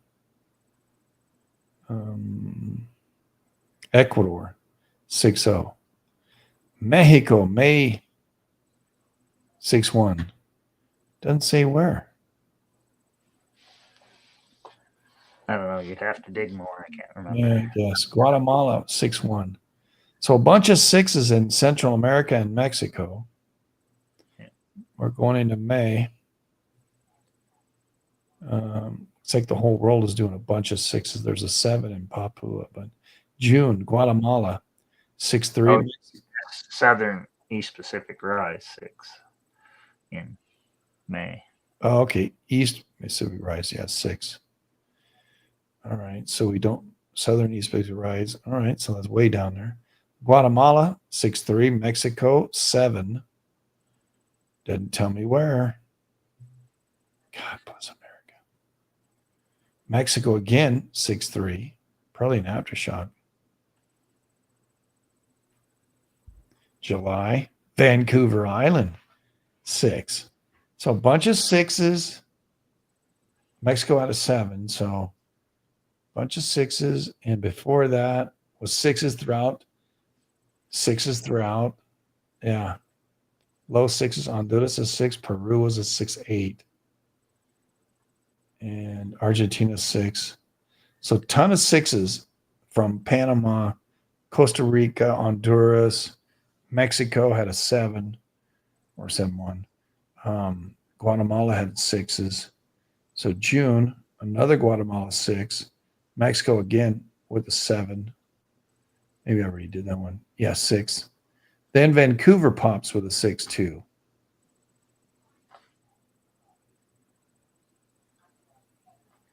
Yep. Then Guatemala 6.7. Yeah, then July, Guatemala 6.7. It's getting Vancouver was a 6.2. So Guatemala 6.7. August, Costa Rica 6.9. See, kind of like the other time, the 92. Chile 6.4. Ecuador 6.3. September, Kamchatka. Taiwan went apeshit. All these Taiwans. And then right at the end, see what happened. 7.5. Mexico. So Mexico. 2 7s in Mexico that year of 99. October. Then the 7.1 in California. They don't have a U.S. flag. They got the freaking California flag. It's a good thing I read California there. Piece of turds. Sandwich Islands also popped with a 6-3. So we had low to mid sixes. We had 2 sevens in Mexico. Then California popped with a 7-1. We can't tell if the Mexico ones were in the Gulf of California or, Jalisco or Oaxaca or anything. Yeah, you'd have to like go on the Mexico Yeah. thing in Wikipedia to find out where they were. The Mexico earthquake list. Because it lists where they all are. Mexico had another 6-2 right after. Chile had a 6-6 after. In December, Kodiak Islands had a 7 and a 6-4. This is right after the Hector mine. Yeah. Remember, Vancouver already went off with mid-6. Yeah. So it's wild stuff. Panama 6-2. Pretty crazy. So it wasn't as crazy as what it was doing in 92, but pretty close. Oh, but it's a little bit less. But still, Mexico had a couple of 7s.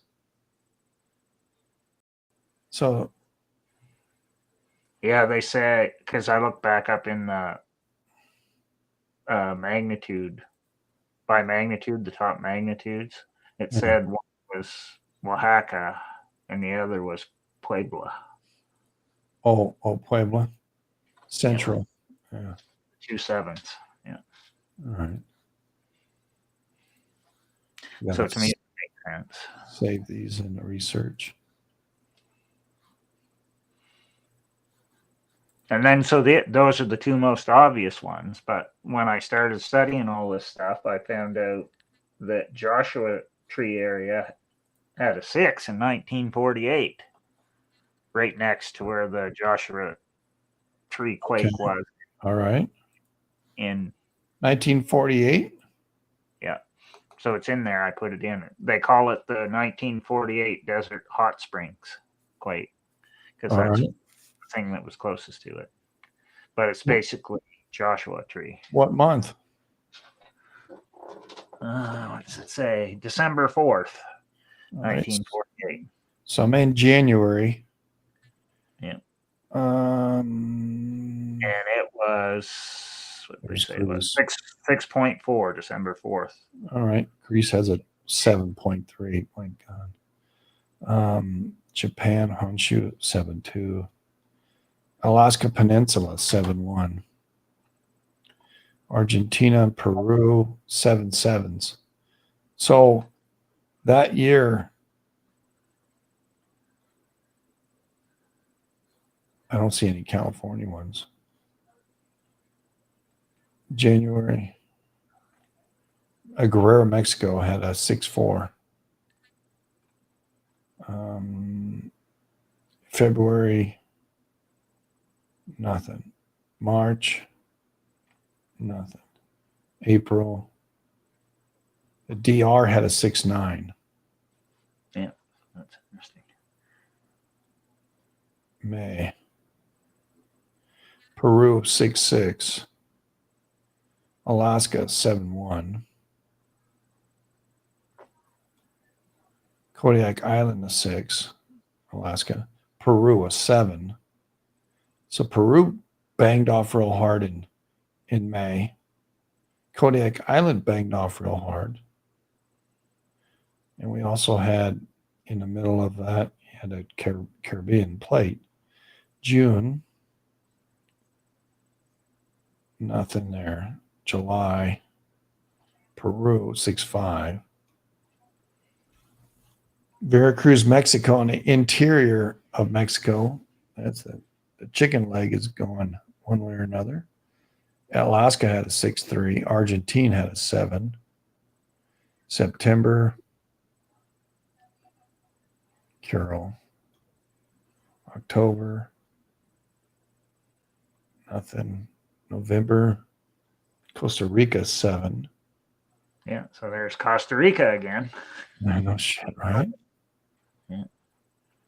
and then it's in December, Mexico, the island of Marias, which is that triple junction where I was talking to you earlier about. Yeah. That's 6-7 there. So that's Baja, basically, opening the mouth of Baja. Yeah, which was the same day as the one we're talking about. They Right. say it's 6 on here, but in the wiki it says 6.4. Yeah. 6.7 here, Mexico, 6.0 in California. So the islands down there went off the same day as that quake. So that's interesting. Rat Island had a 6.6 afterward, and Chile had a 7, and then Northern Cal had a 6. Yeah. That's And I believe one of the Santa Barbara quakes we looked up before was in either that year, same year, 48 or 49. I can't remember which one it was. There was one of the Santa yeah, Barbara. we're going to have to listen to that one again, aren't we? Wow. So there's a lot going on that year So- too. Outside pressure building in Southern Cal definitely you can see the Atlantic, northern mid-Atlantic into the Caribbean, that direction. You can see it in Costa Rica, Guatemala, and Mexico. You can see it in Vancouver, off Oregon, off Northern Cal, and Alaska always seems to be going off. Peru, constant Peru. So, I mean, these are where earthquakes do happen. So it's like, okay, we're saying the same, call it 10 nations. And these are where all the earthquakes happen, in these 10 damn nations. Yeah. And- And these are like the super obvious big ones. Right? Right. That's what we're basing all this on. Right. Huh. But it's like the same suspects going off, which I think. Right.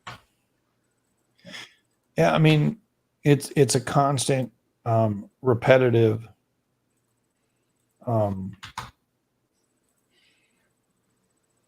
supposition that we run up against all the time. So if Central America and Mexico and Alaska and BC, Alaska and Peru. well, yeah, and South America too, if they're all going off, Right. it's trouble for the monkey in the middle, which is. Yeah, the monkey in the middle is, yeah. But you'll find it's the same thing though when we do North California and Central too. But All right. we'll see that when we get there. Yeah, when we get there. So basically, this area has had big quakes before they realized it had big quakes. That's all I want to point out. So it did in 48, except it wasn't a 7. And they were all puzzled back then. Why is it shaking out here? yeah, I don't know. Yeah, and that's, well, now they know since they've started studying it. So now it's not a mystery. Yeah, but it's still the pressure of pushing.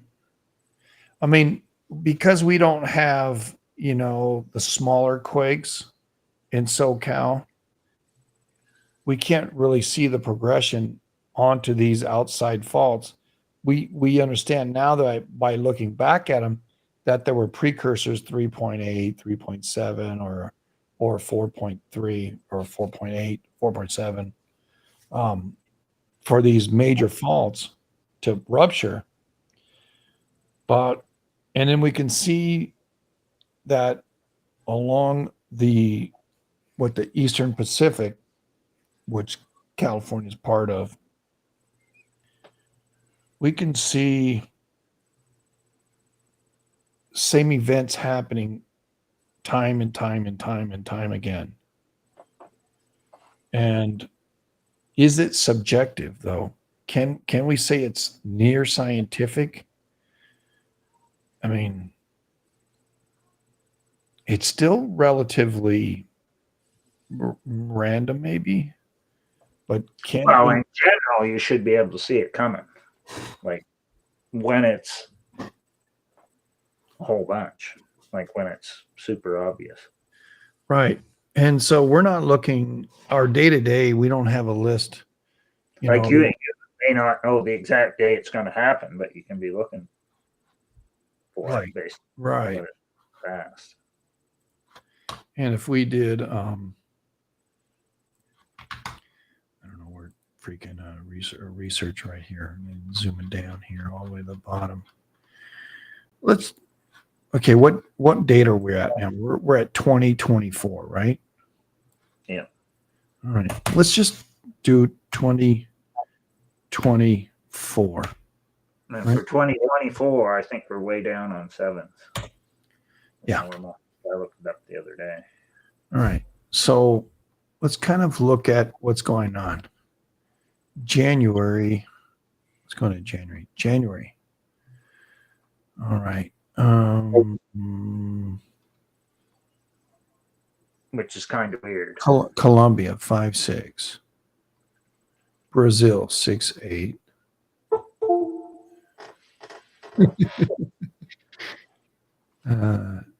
Guatemala 6-1. So we got a bunch of sixes. Remember, we just had a bunch of sixes that end up being with a 7-1 out in the desert. Yeah. All right, February.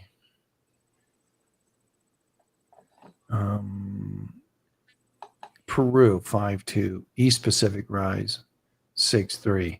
Again, we're set up for a 7-1 so far. Peru 4. Northern Mid-Atlantic Ridge 6-2. All right, come on now. There's Greece again 5-8. Uh-oh. I'm beginning to wonder now. Peru 4-0. All right. Japan still banging away. Not too hard though. A couple of sixes. Peru 4-8. So nothing big out of Peru coming in. Mexico 6-4. There's another suspect. There's the Alaska 6. So now we're looking from 7-1 down to mid fives. Pacific Antarctic Ridge again 6-2. Peru 6.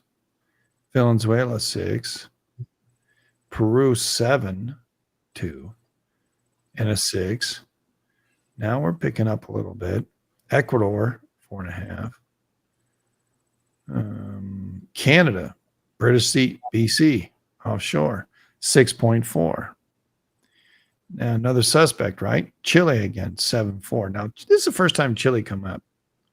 Truthfully. Alaska still a 6. Guatemala 6-2. Now we're talking back into that sequence again.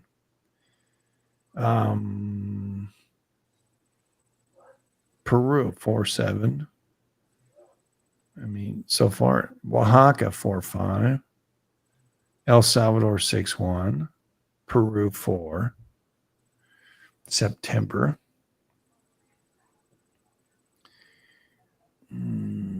Canada, BC at a 6-5. So that's 2 Canadian quakes. Yeah. Argentina 6. In October, Costa Rica 6-2. Watch out for Costa Rica. Which is still swarming down there yet if you look at all the current stuff. Oh, yeah. Yeah. All right, and that's current. Yeah. So if we went back to 23 and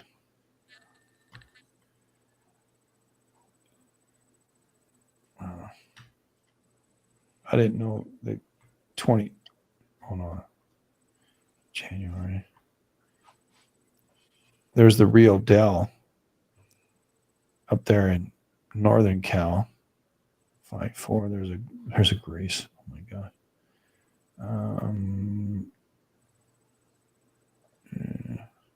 Salvador 5-2. Argentina 6-8. Argentina 6-4.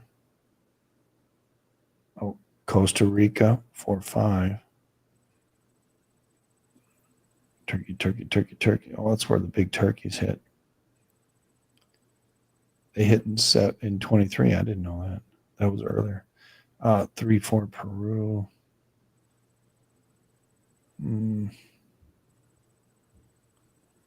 March.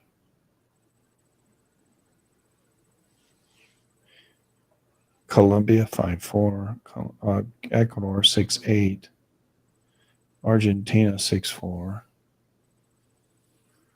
Just seem Chile 6-3. So it's kind of slow. Yeah. April. Canada another. BC a 6. So I can say that within a year there's 3 Canadians.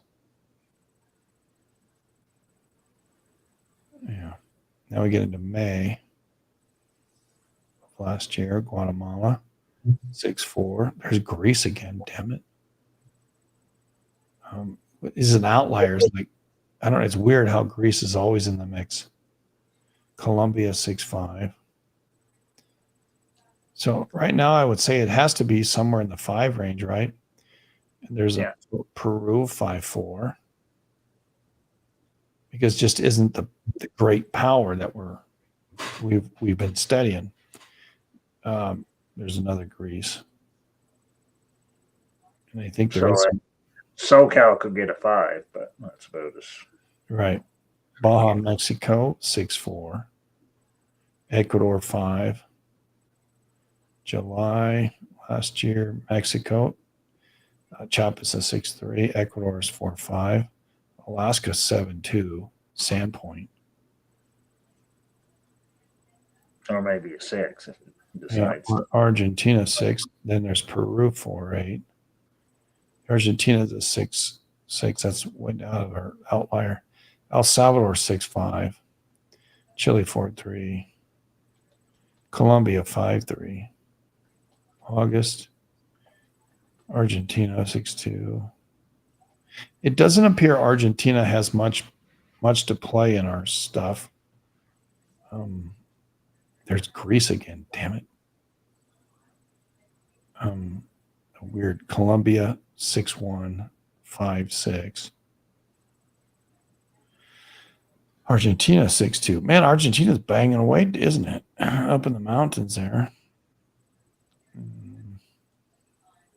September. Argentina 4-2. West Chile Rise 6-1.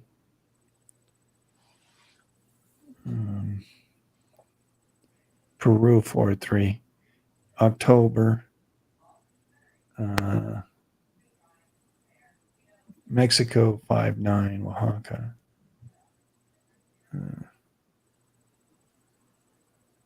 Argentina 6.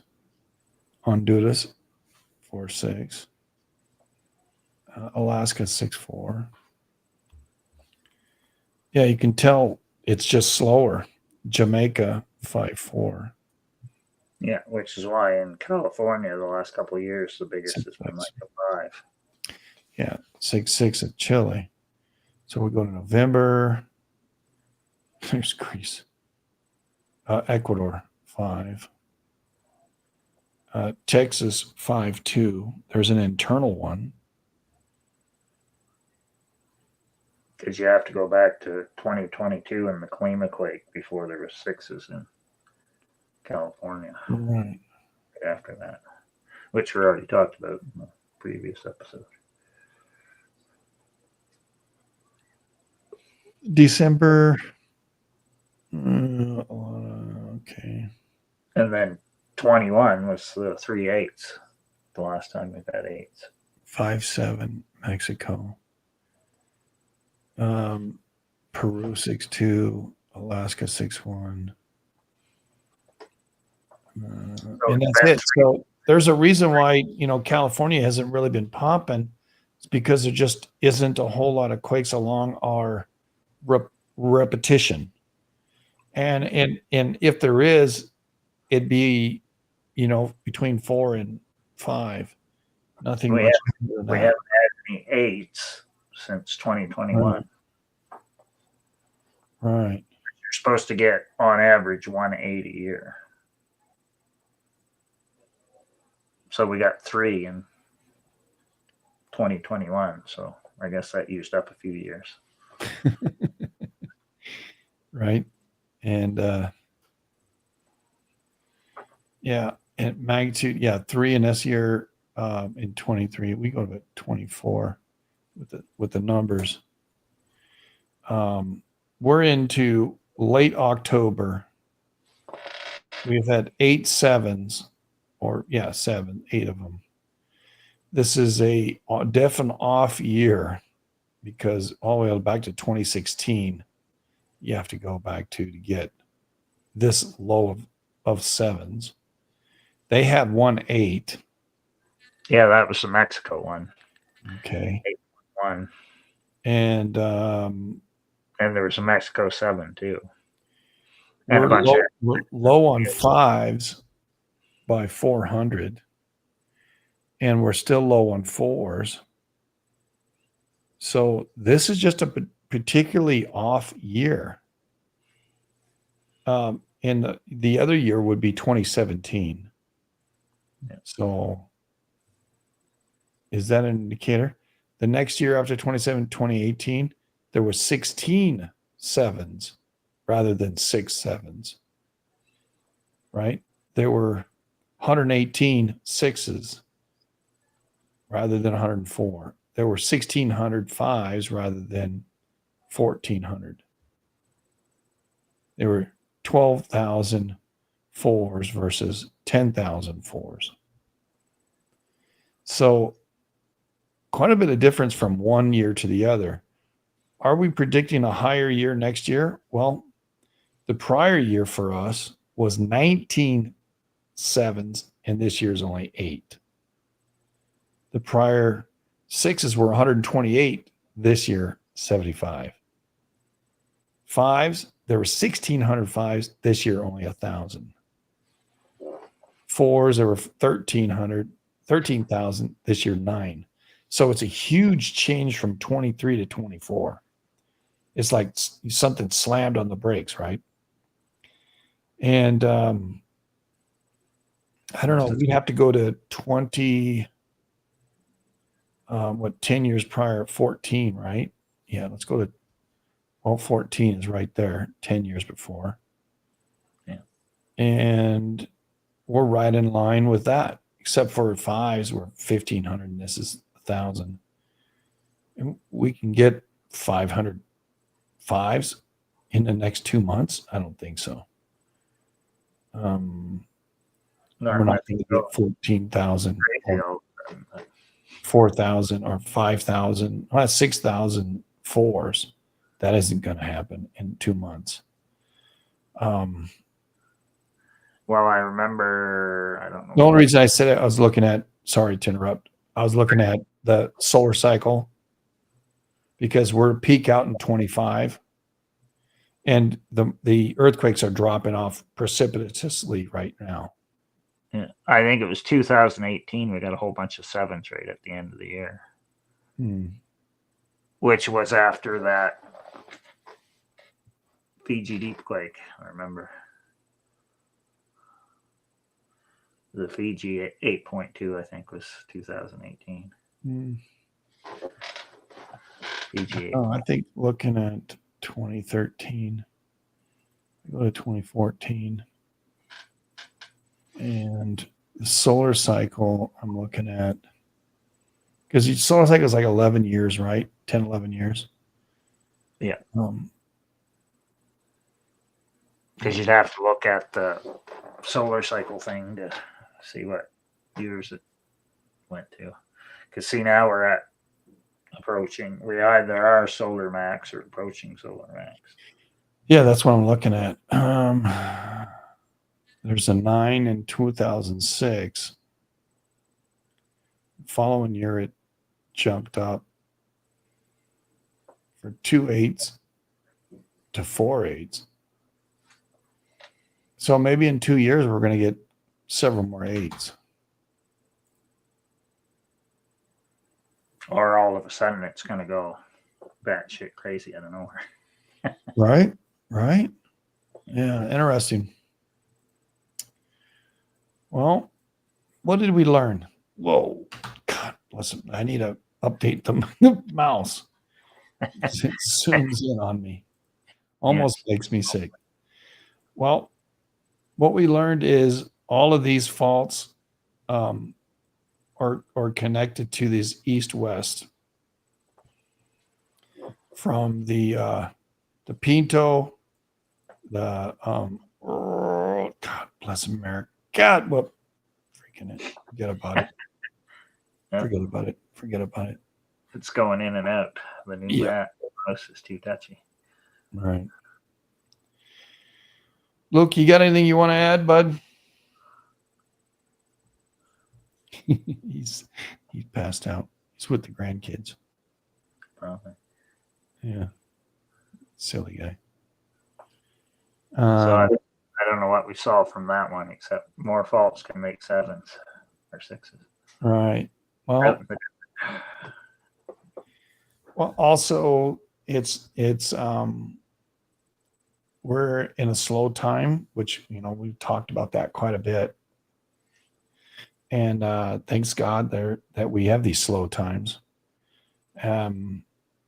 So that we can prepare for the big times, right? Yeah. You see the unusual suspect patterns. Yeah. Yeah, there's definitely, and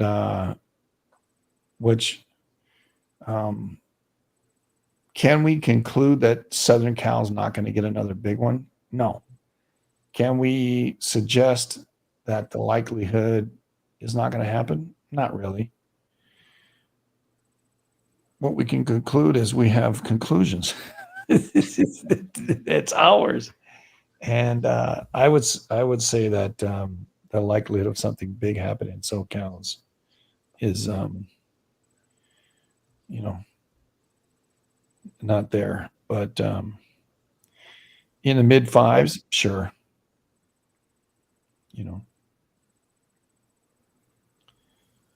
Yeah. We need to see some activity, the south of us as well as to the north. And we haven't had any 7s between Sandpoint in 2021 and Colima in 2022. Yeah. So that's a big section. There's been a few 6s, but nothing really major yet. Well, again, it's a work in progress. We're working on our own theory and stuff like that. We're not concluding anything. I think this is the first time I actually looked at the current year to see if the pattern persists and is there a likelihood of something happening. Now, if SoCal gets a 7, then we gotta, rethink some things. But I would think there wouldn't be. In my mind, I'm still looking at Barstow. Now, Barstow, I think, had a 5 here, a couple months back. Yeah. And it's 4.9. Yeah, something. Yeah. So in my mind, that's going to happen up there because I see the progression coming from 2010 and the night or the is it 2010? No. Yeah. From Landers, Hector Mine down in Mexico. I think it's we had the Bakersfield 5.2 this year, and 2023 was the 5.10 high. Yeah. So those are the biggest ones, the last. And then we had the one in Los Angeles, which was what, a 4? Yeah, 4 something. I can't remember what it was. 4 or 6, whatever it was. Yeah, but California's been really, really, really quiet, and especially Southern Cal, and but up there at the California Oregon border, no, it's been going on and off up there by Petrolia and all that. But this year it's less, and last year was kind of not so much either. We just went through all those numbers. So it is what it is. Suggested to go above 6 until we see more 7s with 2 months to go. It still go to batshit crazy. We approach December 21. I know, right? The solstice on December 21. Yeah, what'll lead up to it, right? Solar activity. We did have a blast. Looks like big development in space weather forecasting. Imagine a giant CME headed toward Earth, but no one knew it was coming in space. Weather forecasters have long warned about such scenarios. Our best early warning system for CMEs is a chronograph on board a solar and heliosphere observatory, SOHO, which was launched in December 95. How long can such an ancient spacecraft be expected to last? Using an occulting disk, the dark blue circle in the center. Hold on, let me share this with you. Share. There we go. And share this on screen. Okay, using the occulting disk of the dark blue circle in the center of the video to block out the glare of the sun, C-Core 1 delivers an uninterrupted monitoring of CME with a new imaginary image every 15 minutes. GOES 19 is currently undergoing post-launch testing and checkout of its instruments, including the chronograph. In spring of 25, NOAA will begin using the C-Core 1 for regular CME forecasting. That's good. SOHO, meanwhile, will continue monitoring the sun as it has done for almost 30 years. This incredible spacecraft has discovered more than 5,000 sun-grazing comets, helping forecasters predict hundreds of strong geomagnetic storms. Long may it live. Well, solar wind right now is 361, proton density is 5. We had a C7 and a C5 flare in the last 24. 3863 is a beta gamma magnetic field that harbors energy for M-class flares. That's number 63. 63 right here. And guess where we're right here? So it's almost dead on us. Right? KP index is under 3. Nothing to worry. There's no significant coronal hole, but there's like a chicken foot right there in the middle. Watch the chicken leg, everybody. Watch the chicken leg when there's a chicken foot right there in the middle of the sun. You know, it's a footprint, right? Class M flares, 60% chance, 10% for X, 30% for a geomagnetic storm in the mid latitudes, 15% for the highs. Tomorrow, of that 30%, 5% would be minor, 1% would be severe. And conversely, the high latitudes, 25% of minor and 35% severe if the 15% threshold is met. Still 2,349 potentially hazardous asteroid. What is that? Well, it's an asteroid a football field size or larger, traversing about 5 million miles within Earth's circumference. Oh, excuse me. Today being the 23rd, there is no rock today to worry about. But tomorrow, there's a big one. Oh, yeah. We'll talk about that tomorrow during the morning report. That'll be Thursday, October 24.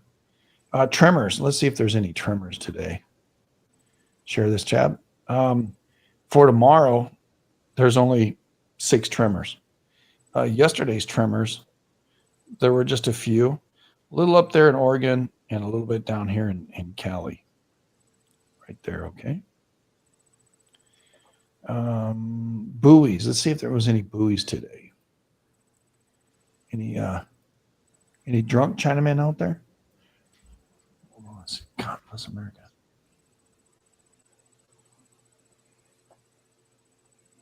All right. Pardon me. I don't see anything bouncing. Hey man, I gotta fix that damn thing. We got a hurricane out here, Hurricane Christy, off the shore of Baja, California. And out in the east, I still don't see any buoys bouncing. Let's go ahead and look at that, our hurricane. Hurricane Christy is 155 miles an hour. That's a good one right there, boys and girls.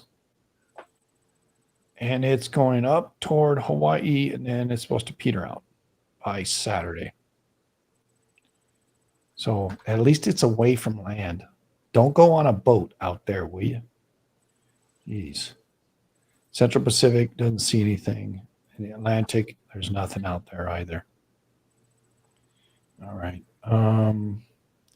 Volcano news today, or yesterday, I should say. Let me see. I'm going to jump down to October 23rd. We're on the 23rd, yeah. Ibu Halemarhara, 6,000. Little Toby, 8,000. That's over there north of Halemarhara. Sangay is at 21 from a 17, not a whole lot. Ibu, 6 from 4,600. White Island. Okay, the whole report is on there. Now I love when they do this. It just did it on the day I didn't do it, right? Why do they do it in the middle? I think I'll talk about it tomorrow because there's so many to talk about. Yeah, they go through all of them. Oh, man. All right, I'll just copy these in case I lose it for tomorrow. I can talk about them for you. What the frack? Oh my God! And I'll tell you, The mouse doesn't work.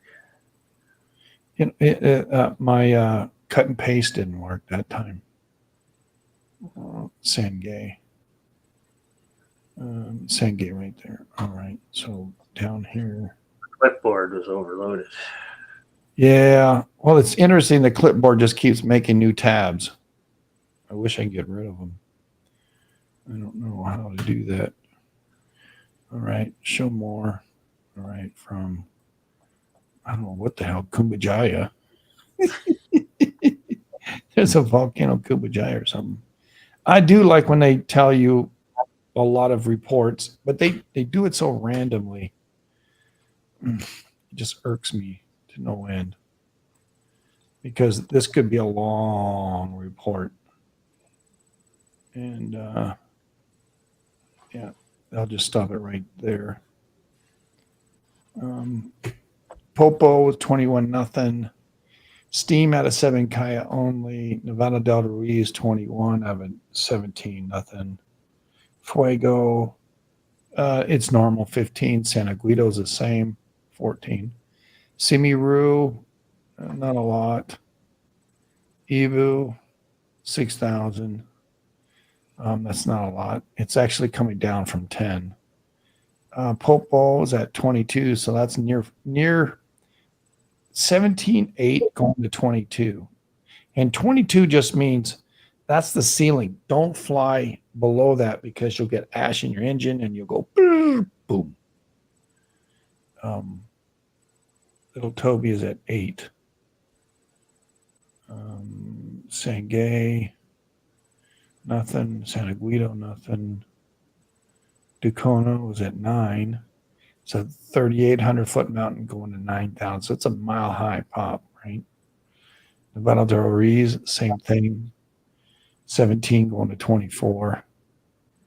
And nothing. Reventador 14 and a Simiru, that's its normal, and that's it. So there isn't anything to say that there's a lot going on, volcanically speaking. There is a hurricane out there. What else? Power outages. I think they got them all recovered. 2,000 left in or almost 3,000 in Florida. Pretty damn good. South Carolina, they got everybody. 77 people now. So looking good. Everybody's looking good. And some of the computer models have Hurricane Patty hitting Florida on election day. On election day, oh my God. If we can go and look at the CODs, there I don't see a Patty out there, but on a hurricane map, but you might be right. Just because I don't see it, doesn't mean it's not going to be there, right? And we can check that out where the hell Patty is. I don't know where Patty is. Well, it's just on the models, whatever 2 weeks. Yeah, a 2 weeks. Yeah, I don't see anything moving that way. As we're like 2 weeks from election day. Yeah, we're 2 weeks out. Yeah. This mess over here in the Gulf, are they saying maybe that might turn into something? I don't know. We're still too far out. All the shear action down here in the jet stream suggests that it won't do anything down there. But this area, just as we get to the Caribbean, all this stuff's going to go off. So something might develop off. Oh, you got dropped there, buddy. Okay. Yeah, I just had to add you again. I don't know why I did that. Yeah, I don't either, bud. Tired. Didn't like me talking about the election 2 weeks ago. No, right? Well, I missed this morning's morning report due to the fact that I went to work and try to get some work done, get some hours in. Well, there's 6.2 in the curls today. Well, okay, that's the big one. Yeah, Right. I was going to look at the USGS real quick and see what they've got out there. Anything happening up in Iceland? Nothing new. All right. Well, that's how many days out did I just put? Did I put 7? Sure did. All right. Probably like November, December. The Delta had a 2.5 in Puebla, Mexico. Up in Northern Cal had a 2.6 Almar by that lake again. Way up in where California meets Nevada and Bidwell, 2.6. Texas, Central Texas, had a 2.5 Westbrook. Hawaii bouncing a little bit with 2 6s. Here's the Curil, 6.2. Now there'd have to be a whole lot more Curils for anything to happen in Alaska, for that power to be brought down into, Vancouver, British Columbia. I'm not seeing anything in South America today. Way down in Chile and Argentina, there's 4.2. There's the Chile rise of 5.0, but that was yesterday. That's 2 days ago, yesterday. And northern Chile, 4.4. So it's quiet on the earthquakes, everybody. What you can't pull a rabbit out of your butt unless you have one in there. Yeah, it's quiet since World War III is Right. happening. But there is, and it don't want me to look at the darn thing. Why? There's this little bugger right here. Iran. Iran had a 4.8 today. Interesting. Turkey's quiet. Out in the middle of China is a 4.0. Now this is the USGS. If we looked at the EMSC, we see something completely different. Generally speaking,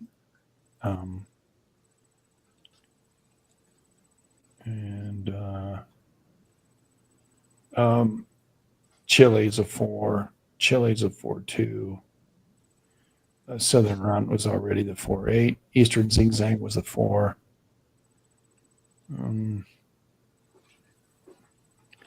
Lots of little 2s. There's a 4. There's a 4.5 or 4.7 in Zing Zang. 4.5 in Argentina. Veracruz had a 3.6. Mexico. Veracruz had a 4. Panama, Costa Rica had a 3.3. 5.1 Kermitix. Wasn't on the USGS. Zing Zang had a 4.5. Yeah, pretty darn quiet. Pretty darn quiet. Going back 9 hours. This is this morning. Tonga had a 4.9. Virgin Islands had a 3.3. Baja had a 2.5. They nothing. 4.1 in Central Peru. Volcanic Islands, Japan had a 4.7. That was 9 hours ago. It's that this morning.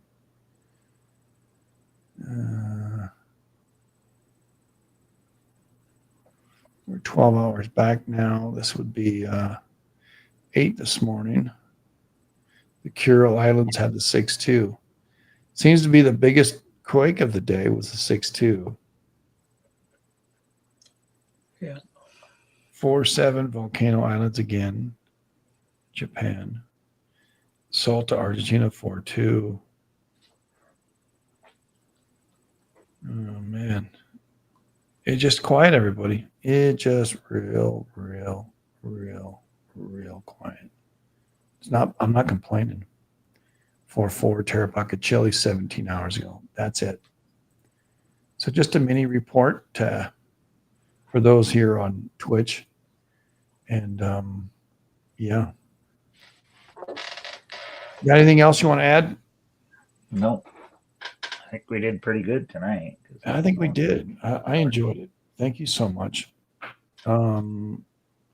Luke, anything, buddy?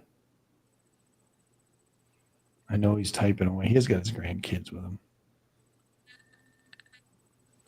They should be going to bed already or in bed. I don't know. Boeing strike to continue as workers reject the new contract. Well, just because Boeing is giving away its property too. Boeing's in trouble, man. And I once learned 10, 20 years ago that if the United States aircrafts like Boeing and all them, if they go belly up, so does the country. Yeah. So be aware. Well, and Israel was blowing up more stuff in Beirut today and more stuff in Tyre. Oh, really? Yeah, they blew up another ammunition thing and it had big explosions. Yeah. I'll bet you they saw somebody take their little robotic truck, shoot off a rocket, and then go back into this tunnel, and they just bombed the shit out that tunnel. My sister said it's still burning in Beirut. And that was Beirut hasn't stopped burning, right? I haven't seen it stop burning. 6 hours ago when they blew it up. Yeah, when you said it online, I looked at it real quick. I went, all right. Or Susan said it too. Shit was burning. Fernando Valenzuela died today. Yeah, because they're going to have a thing for him at the start of the World Series game on Friday night. Oops. A remembrance thing. Yeah. Yeah. Is that the World You're Series? still. Guess you can't hear me. No, you're. Wait. You're muted. You're not muted anymore, Luke. Say hello. Oh, yeah, I can see you trying to talk. It sounds really funky. No, I couldn't hear you, buddy. Oh, it went mute again because I can see the little. Yeah. Yep. He dropped out again. Canuck, you have anything left to say? Nope. Can't think anything else tonight. All right, bud. It was a good night. I couldn't believe the two donuts helped me get through it all. They added enough sugar. Yeah. Well, I drank 2 beers and a half a beer. And I didn't even drink the other one. That's good. Dehydrated. I don't want to pee all night like I did last night. Oh my God. 8:38 here on the West Coast. And I'm not on the West Coast anymore. God bless America. What the hell am I? I'm in the Mojave Desert. That's where we were the whole night. Every time you said Mojave, I go. Yeah, we're gonna get to Arizona at some point. So I know, brother. I know.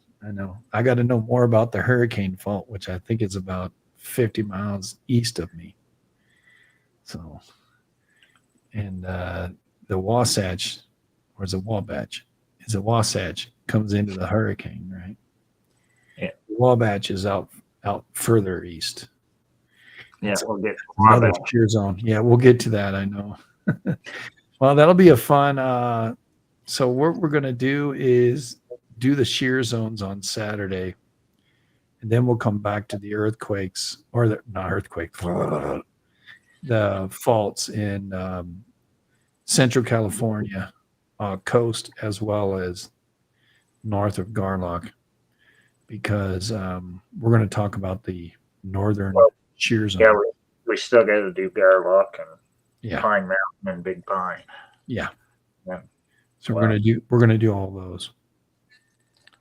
We can do those whenever you want. I don't know if Luke doesn't have a guest on Friday, maybe we'll do it. It was fun having you on his show, though. Yeah. We were reading you. Hey, Canucks here. Yeah, I still don't know how I did that because the days after I had to sleep at 10 o'clock for like 3 days. So. I've been hurting ever since, bud. That's why I start these an hour earlier. But it is what it is. Yeah. Thanks, Luke. Thanks, Timmy and Kat. And she's still posting funky things out there. Yeah. It was last time when we went 3.5 hours. That was crazy too. I don't know if I ever recovered. 2 hours. 2 hours is better. She says, "Let's dance, joke, and play catch up." I don't want to play in the catch up. Playing the catch up, get stuck in mustard. I know, right? Just stay away from the mayonnaise. Might as well make Thousand Island there, right? Yeah, I don't want to dance the condiments right now. Yep. All right. Love you, brother. Thanks so much. We'll talk to you tomorrow. Yeah. I might try playing that thing again because I didn't get to see it. Because my blood pressure is much lower now. Love you. Thanks, everybody. Twitch.tv/Joe Slick Live in the mornings at 7:30 in the morning till whenever I decide to go to work. And on Wednesdays and Saturdays right now. Saturdays is kind of an extra thing. 6 o'clock to 8:40 is Rabbit Hole, and you can find us all over the place. Big hugs. Love you. Good night. Good night.